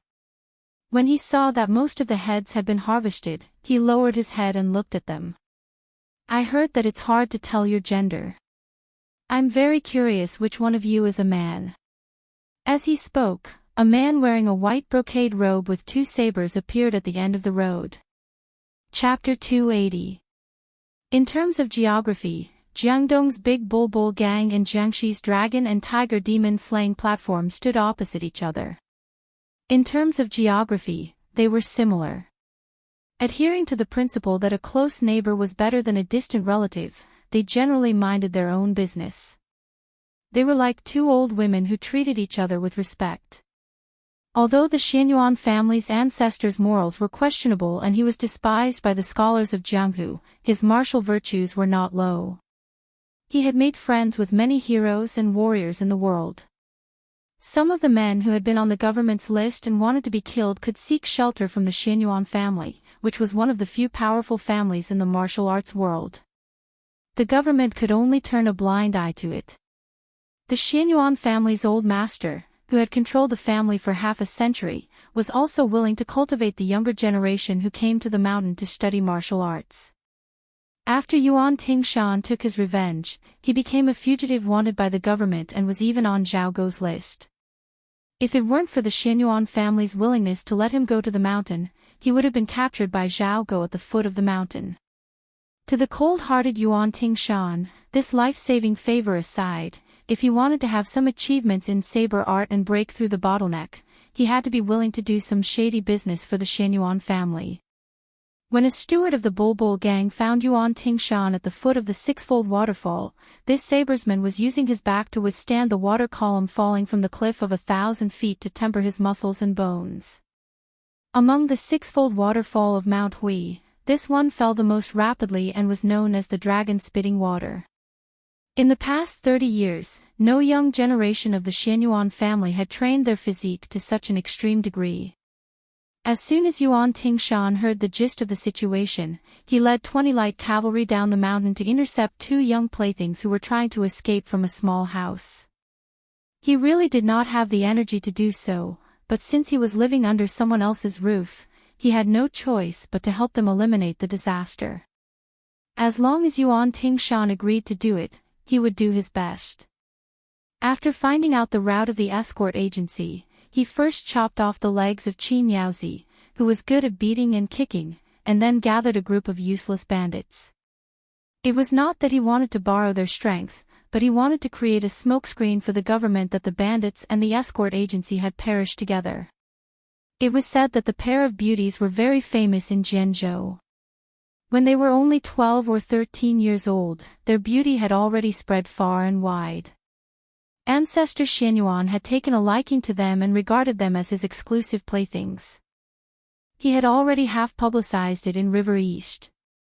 He was just waiting for the right time to invite them up the mountain to enjoy themselves. He never thought that the pair of beauties, who were praised as one of them is already beautiful enough to topple a city, while the other is even more beautiful enough to topple a country, would actually run away. Yuan Tingshan, who was slow to realize many things, glanced at the 2 people who had almost the same face and body, then pointed at the one standing on the coach with the tip of his blade, laughed out loud and said, "Your skin is even better than a woman's. No wonder Patriarch Xianyuan cares more about you. I wonder how many days you can be played with by my sister with your soft and tender skin. Remember, my name is Yuan Tingshan. Before I master my blade skills, don't die.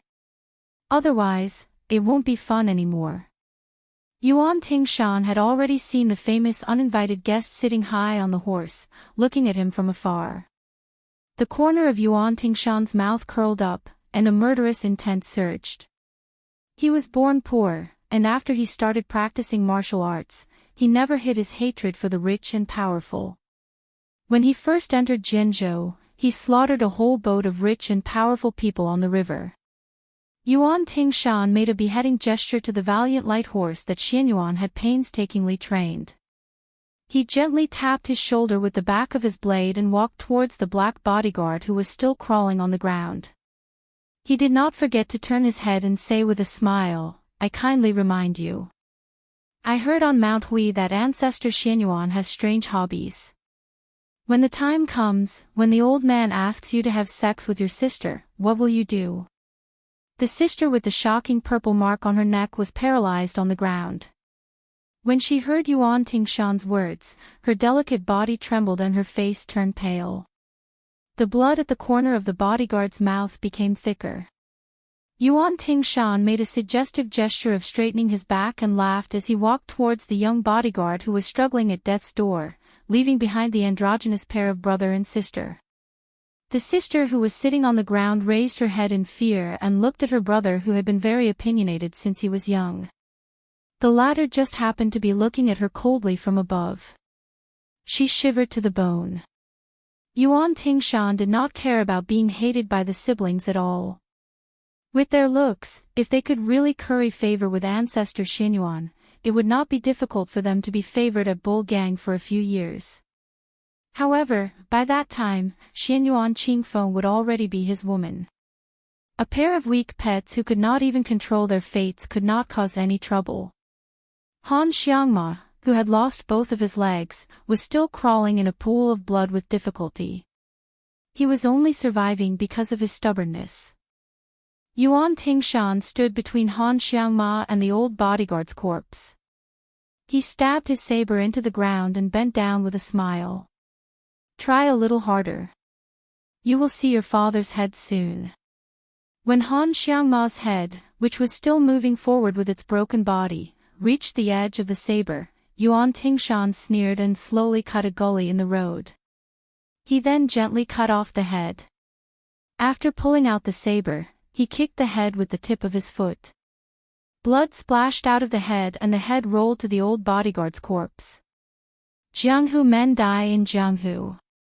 It is a worthy death. Yuan Tingshan murmured, I am a good person. This scene made the siblings feel nauseous, especially the sister who was so terrified that she fainted on the spot. The man who was standing straight on the carriage called out to Murong Wuzhu, but there was no response. He expressionlessly lifted his sleeve to wipe off the blood. She, who had been praised for her beauty in countless poems in the river east of Jianzhou, had a blank look in her eyes. The Murong family was the last aristocratic family in Jianzhou, far inferior to those powerful aristocratic families. It was said that when the Murong siblings were born, there was a magician who passed by and left a ballad, a female and a male, a female and a male and a female flew into the Wudong Palace. Everyone knew that the Wudong Palace was the palace of Great Peace City. As the Murong siblings gradually grew up, the scholars of Jianzhou praised them. The elder sister was a rare beauty, and the younger brother was as beautiful as a lotus. It was said that since he was born, the lotus pond in the mansion had never bloomed. Every year, the pond filled with green lotuses only grew to buds. Therefore, Murong Tonghuang was also known as the Lotus Man. In addition to the ballad that had been sung for many years, the Murong family had great expectations for this pair of siblings. There was once a clan member who was blinded by lust and tried to molest the siblings when they were only 10 years old. However, no one knew why he didn't succeed in the end. He was even blinded in one eye and was expelled from the family. Unfortunately, when the siblings were 13 years old, they went to Longhu to burn incense. At the foot of Mount Hui, ancestor Xianyuan saw them and regarded them as his exclusive property. The Murong family was powerless in the face of such a huge figure in Jianzhou. It was unknown whether it was because they were cornered that they endured until the end of the 3-year deadline and ran away from home. Ancestor Xianyuan didn't make things difficult for the Murong family, but the Chang'an escort agency, who was kept in the dark, suffered. At the end of the road, His Royal Highness, who had heard the news from the blue-white one in the sky and had only rushed over to join in the fun, widened his eyes. Seeing the 20 riders charging towards him, he didn't understand for a moment. Could it be the armored soldiers of Hezhou? But it didn't seem like it. If they were really going to fight, wouldn't 20 riders be too shabby? Didn't they know that there were 100 Phoenix Battalion soldiers following behind him? Because of the blue-white Luan's warning, he didn't allow the 100 light riders to pull away. His Royal Highness was already in a bad mood as he approached Mount Longhu. Especially after seeing the Machateman's cruel actions of cutting off heads and kicking heads, he became even angrier. He raised his hand, and with great halberd Ningame in the lead, the 100 light riders split into 2 columns and stomped on the ground, creating an ear-piercing rumble. Chapter 281. The 20 riders were not stupid. After being stunned, they immediately turned around and ran away. Motherf *Ker, they were not blind. Who could not see that the cavalry that appeared out of nowhere not only had a standard saber, but they also had a crossbow on their back. Bows and arrows were still fine as the imperial court did not forbid private possession of them. However, crossbows were definitely not something that could be used by the military. Once found in private possession, the light punishment would be banishment to the army and banishment of 3,000 li. The heavy punishment would be the crime of treason and the head would be chopped off. What was worse was that within the He province, Jian province, and Hu province, only the Goshawk camp and Falcon camp under the Duke of Guangling had the qualifications to possess military crossbows. The Xianyuan family could look down on those counties, but they did not dare to clamor against the elites of the vassal kings. Even the arrogant and domineering Yuan Tingshan could not help but frown. Duke of Guangling's men. That loathsome young master was the son of a general. If it was still the days when he was alone, he would have already pulled out his saber and rushed over. Although he had to run for his life, he had to cut that young master down from his horse no matter what. Yuan Tingshan waved his hand and signaled for the 20 riders to go to the carriage where the siblings were. He stood alone and stared at the dandy who was sandwiched between the two groups of riders. Meeting on a narrow path. The dandy held both sabers and slapped the horse with the scabbard. When he was 50 steps away from Yuan Tingshan, he asked coldly, "You are from the side of Duke of Guangling, Xiao Yi?" Duke of Guangling, Xiao Yi. Among the 6 vassal kings of the imperial family, his authority was second only to the Duke of Yen. He was very interesting. He killed people like flies, squandered money like it was dirt, and was especially lustful. After the Great War of the Spring and Autumn period ended, this vassal king had the most empresses, princesses, and concubines of a fallen country. As the saying goes, one dragon gives birth to 9 sons. The king of Jing'an, Zhao Heng, and the other imperial brothers were all considered handsome men of the present age. Zhao Yi, on the other hand, was ugly. His body was bloated and dark. Together with the Bailiang, Chu Lushan, they were known as the North and South Fatties. Both of them were infamous jackals and wolves. Although the king of Guangling had a bad character, he was ambitious in leading his troops. Compared to the king of Yanqi, the head of the vassal state of the dynasty, he only lacked in numbers. The skills of individual soldiers were not inferior. Zhao Yi's territory was the homeland of West Chu, the former most powerful country of the spring and autumn period. To be able to suppress the Chu people and kill countless scholars in 20 years, one could see the iron fist of this vassal state. This time, it was Yuan Tingshan's turn to be puzzled. But soon after, this undisciplined swordsman began to sneer, appearing very sinister. Su Fengnian asked, "Are they suppressing bandits?" Yuan Tingshan smiled and asked in return, "Then are you a bandit?" Su Fengnian was amused by this cruel swordsman. He smiled sinisterly and said, "So what if I am, and so what if I am not? You will know soon." Yuan Tingshan ignored the 20 crossbows of the light cavalry at the front. His body exploded, dragging his saber as he ran. 20 arrows shot out. Yuan Tingshan twisted and turned like a nimble ape. Within 50 steps, he could clearly see the face of that arrogant young master. What a pretty boy. Only by cutting off the head of this kind of rich family would he be able to vent his anger. But for the sake of his future, he would endure it for a while. He would let you keep your head for a while. When his saber skills surpass old ancestor Xuanyuan's, with Mount Huishan in his hands, Xianyuan Qingfeng would become his crotch. But it was true that he would let you live temporarily, but it did not mean that he would let you continue to sit on the back of a horse and order people around. But Yuan Tingshan dodged a wave of arrows. Just as he leaped into the air, wanting to injure the son of a general, a black horse charged out from the side. The general held a large halberd and stabbed it straight at Yuan Tingshan's chest. If he was stabbed, there was a 100% chance that his heart would be pierced. Yuan Tingshan's body fell from the sky. When he landed, he exploded again. The famed saber in his hand just happened to slash at the horse's head. The heavy halberd swung in the air. It just so happened that it met the saber head-on. Yuan Tingshan narrowed his eyes. The saber in his hand no longer retreated. It chopped at the body of the halberd. The halberd swung backward. Yuan Tingshan seemed to have used all his strength and was forced to retreat. But his feet slid on the ground. With one hand on the ground, he raised some dust under his feet. His body rushed forward again. His speed was almost twice as fast as before. It was clear that he saw the enemy as weak first. Once he sensed the enemy's strength, he would suddenly kill him. Ningame, who was wearing heavy armor, roared angrily.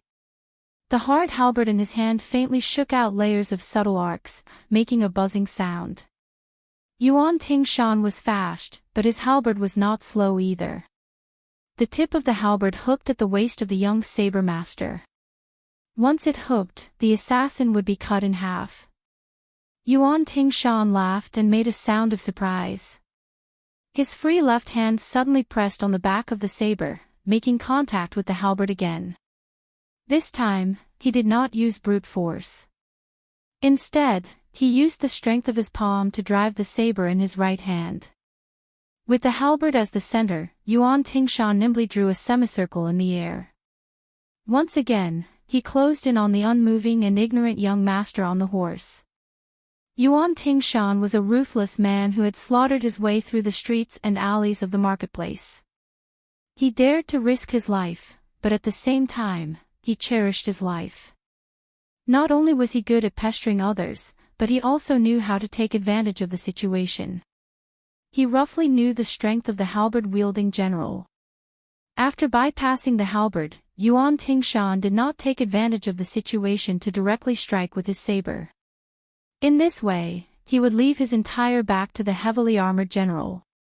His father's life was more precious than the heavenly emperor's, so it was not worth it to exchange a life for a life. Therefore, not only did he not immediately strike with his saber, he instead bent his waist to the side of the horse's abdomen.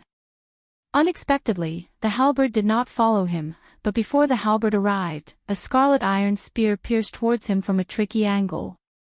If Yuan Tingshan did not pull back, his temple would have been pierced by the tip of the spear, but he did not regret it. Twisting his body, this time his left hand was placed on the saber's body. The side of the saber was pressed against the tip of the spear, and the blade was bent in an arc borrowing the force of the spear. Yuan Tingshan suddenly shot backwards like an arrow, withdrawing from the abdomen of the debauchee's white horse. Then, he slid out from the abdomen of Ning Amei's black horse. With a tap of his toes, he lifted his body and knocked into a light horseman on the side of the road. After knocking him down, he successfully entered the dense forest. Yuan Tingshan laughed loudly and said, "We'll meet again someday." Previously, under the white horse's abdomen, he clearly saw the red spear and the pair of blue embroidered shoes. Could it be that the one who brandished the spear was a woman? From beginning to end, Su Fengnian did not make any movements. Seeing Yuan Tingshan escape into the dense forest, he narrowed his eyes and said, "Yang Qingfeng, you and Xu Xiu follow this guy. General Ning, take 10 cavalrymen and follow him. If you can't catch up before dark, then forget it." The 20 cavalrymen on the other side of the road looked a little sluggish. Everyone knew that Yuan Tingshan practiced his saber skills on the mountain. This guy's saber skills were learned from a pile of dead people. It was not an ordinary fierce saber skill. Although it was amazing that the light cavalrymen went in and out of the crowd, the fact that the disciple of the military family was unscathed was more than enough to explain the situation. The guy who could resolve Yuan Tingshan's killing intent so easily must have a strong family background. What's more, except for General Great Halberd and the woman in blue who really attacked, the rest of the people were just watching. The next few retainers who jumped into the dense forest to chase after Yuan Tingshan did not seem to be simple. What to do? Nonsense, the leading cavalryman did not care about Yuan Tingshan's safety. He turned his horse around and directly retreated. When he passed by the carriage, he bent down and picked up Murong Wuzhu, who was sitting on the ground in a daze, and put him on the horse's back.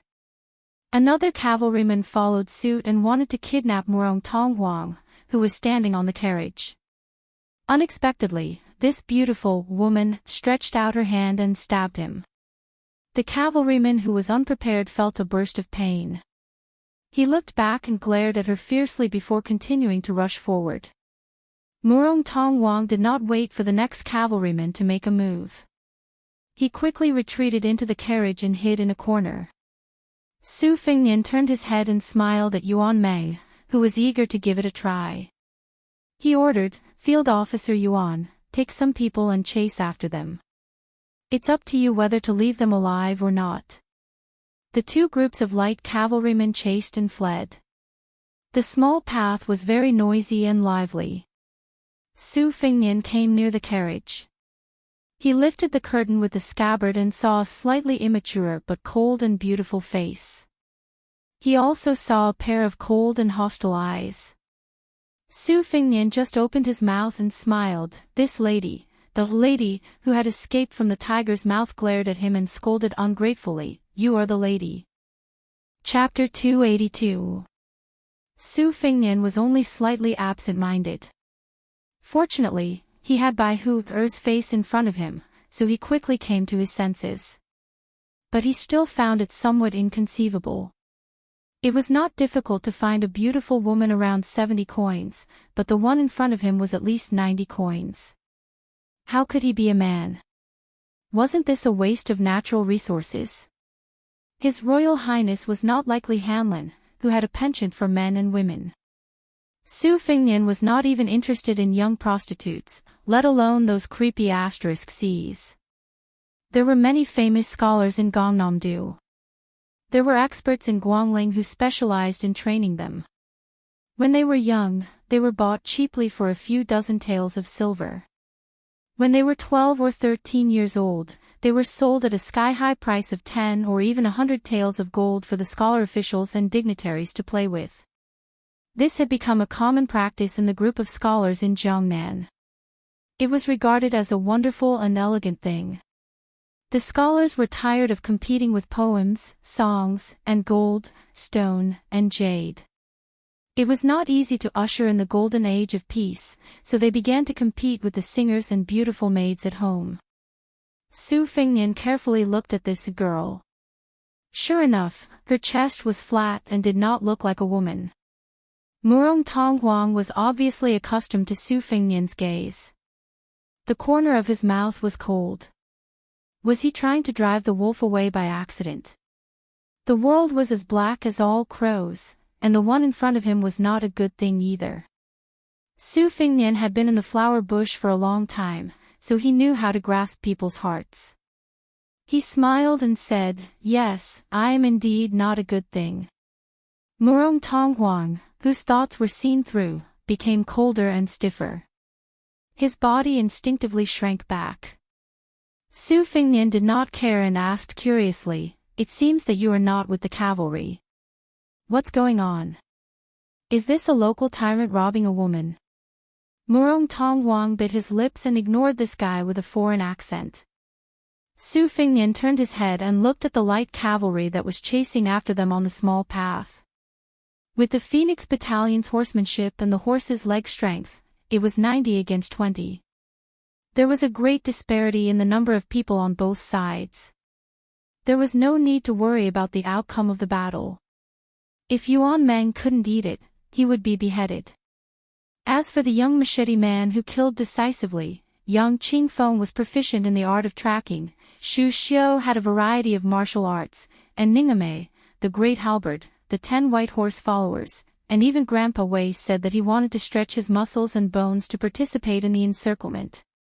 The machete man was ferocious, but he was still in a perilous situation. Su Fengnian was not worried that someone was trying to lure the tiger away from the mountain. After the battle at the reed marsh, the green and white one above his head would alert him if there was any movement within a radius of 10 li. Not only that, Su Fengnian had carefully selected 5 nimble and agile soldiers from the Phoenix Battalion to serve as roaming scouts, to ensure that they would be able to seize the initiative at the first opportunity. Su Fengnian asked calmly, "Who was the one who was taken away?" "I didn't see it clearly at that time. If you practice the vow of silence with me again, I won't care if you live or die when my men bring him back." Murong Tonghuang seemed to have been caught in his Achilles heel. He hesitated for a moment and said, "My sister." Su Fengnian asked, "Then who was the one who took you?" Murong Tonghuang gritted his teeth and smiled nervously. He said with a cold face, "Have you heard of Jiangxi Longhu Jiangdong Shenyuan?" Su Fengnian pretended to be crazy and said, "Those old Taoists of Mount Longhu want to take you up the mountain. Do you want to be Taoist companions and practice the art of sects?" Murong Tongwang turned his head away fiercely. He was too lazy to talk nonsense with this guy whose head was caught by the door. Su Fengnian smiled and said, Jiangdong Xianyuan. That's great. Do you know that there's a woman called Xianyuan Qingfeng in this family? Murong Tonghuang's mind was full of thoughts. He said in a flat tone, Xianyuan Qingfeng is even more prestigious than the princess in Jianzhou. Why? Did you come here because of her? Su Fengnian, who had been lifting the curtain with the scabbard, laughed out loud and said, because of her. That's right, that's right. I'm about to fall in love with this woman. That's a good way to put it. That guy Wenhua must be rolling on the ground when he hears it. You know, when he was chased and beaten by this woman, he even flirted with her because she didn't shave her armpit hair clean. Murong Tongwang stared at this guy in a daze. Was there really something wrong with his head? Su Fengnian put away the embroidered winter and slowly let down the curtain. His stomach full of evil ideas began to ripple. They were actually the private soldiers of the Xianyuan clan. If they wanted to sleep, they could just hand over a pillow. If this crime of killing dozens of people from the escort agency was spread out, he wouldn't be afraid that the two provincial governors would be blinded. Right now, the provincial and county system was changing. The 30 or so provincial governors originally in the imperial court were all sharpening their heads, wanting to reach a higher level of enlightenment. During this period of time, it was estimated that the threshold of Grand Secretary Zhang's mansion had been trampled to pieces. There were at least 8 or 9 baskets of name tattoos that had been handed over. This was because regardless of whether it was the administrator or the judici, they could both be said to be real officials of the border. Just in terms of the territory under their jurisdiction, they were practically no different from the monarchs of a country during the spring and autumn period. Although the provincial governors of Hezhou and Jidushi were suppressed by the vassal king Zhao Yi and had no hope of becoming the Jidushi, they could still fight for the administrator's throne. At this critical juncture, Su Fengnian had poked the hornet's nest. He didn't believe that the two provincial governors wouldn't admit defeat. Su Zhao's strength lay in that he couldn't make these two important ministers become the administrator, but he definitely had the ability to make them lose their positions. When Su Fengnian saw Blue Bird holding the Xana spear, he felt that something was off. He helplessly asked, "Are you tired?" Blue Bird shook her head very seriously. The 90 Phoenix Battalion Light Cavalry swiftly pursued and attacked. The horses' hooves shook the ground, and the crossbows shot out violently. As soon as someone fell off the horse, they would stoop down and stab him, or the crossbowman in the back would accurately shoot another arrow, nailing him to the ground. Fortunately, this was not an official road. Otherwise, the commoners would be scared out of their wits if they saw such a bloody scene. Once defeated, it would become a lifeless hunt. The Beiliang cavalry was originally selected from the Beimang cavalry who were good at fighting. Their horsemanship could compete with the nomadic cavalry of the grasslands of Beimang. Although the Beiliang army could not be said to have swept across the desert in recent years, the border cities and towns of the two countries were crisscrossed with each other. Every year, there would be small and medium-sized fierce battles. This was especially so under the purposeful arrangement of the Great Pillar State Su Shao and the tacit cooperation of the Beimang side. The scouts from both sides were habitually grouped into a group of 100 to 120 people to fight in pairs. Once they came into contact with each other, it would be a cruel battle of hunting and counter-hunting. The excellent horsemanship of the Beiliang cavalry was forcefully honed in this way. The soldiers of the Yan imperial and Guangling vassals were also considered ferocious soldiers in the past. Why was it that in the past decade or so, they were unable to compete with the Beiliang army and fight for the title of the world's greatest hero? It was because the Beiliang had the Beimang as a whetstone. The whetstone had the blood of both sides flowing on it. Before it dried, fresh blood would splash on it. The 20 riders were not able to withstand the slaughter. Soon, only the rider with the woman on his horse was left. Yuan Mang and the rider advanced side by side. The Bailiang knife in his hand was not in a hurry to be unsheathed. He grinned and said, "Brother, if you turn around and obediently go to our family's young master and offer this beauty to him, we will spare your life. If you continue to run, you will become a hedgehog." The rider from the Xianyuan family did not dare to believe it. He wished that his mount had 4 more legs and ran wildly, lashing the horsewhip to death. Yuan Meng laughed coldly and said, "Are you in a hurry to be reincarnated?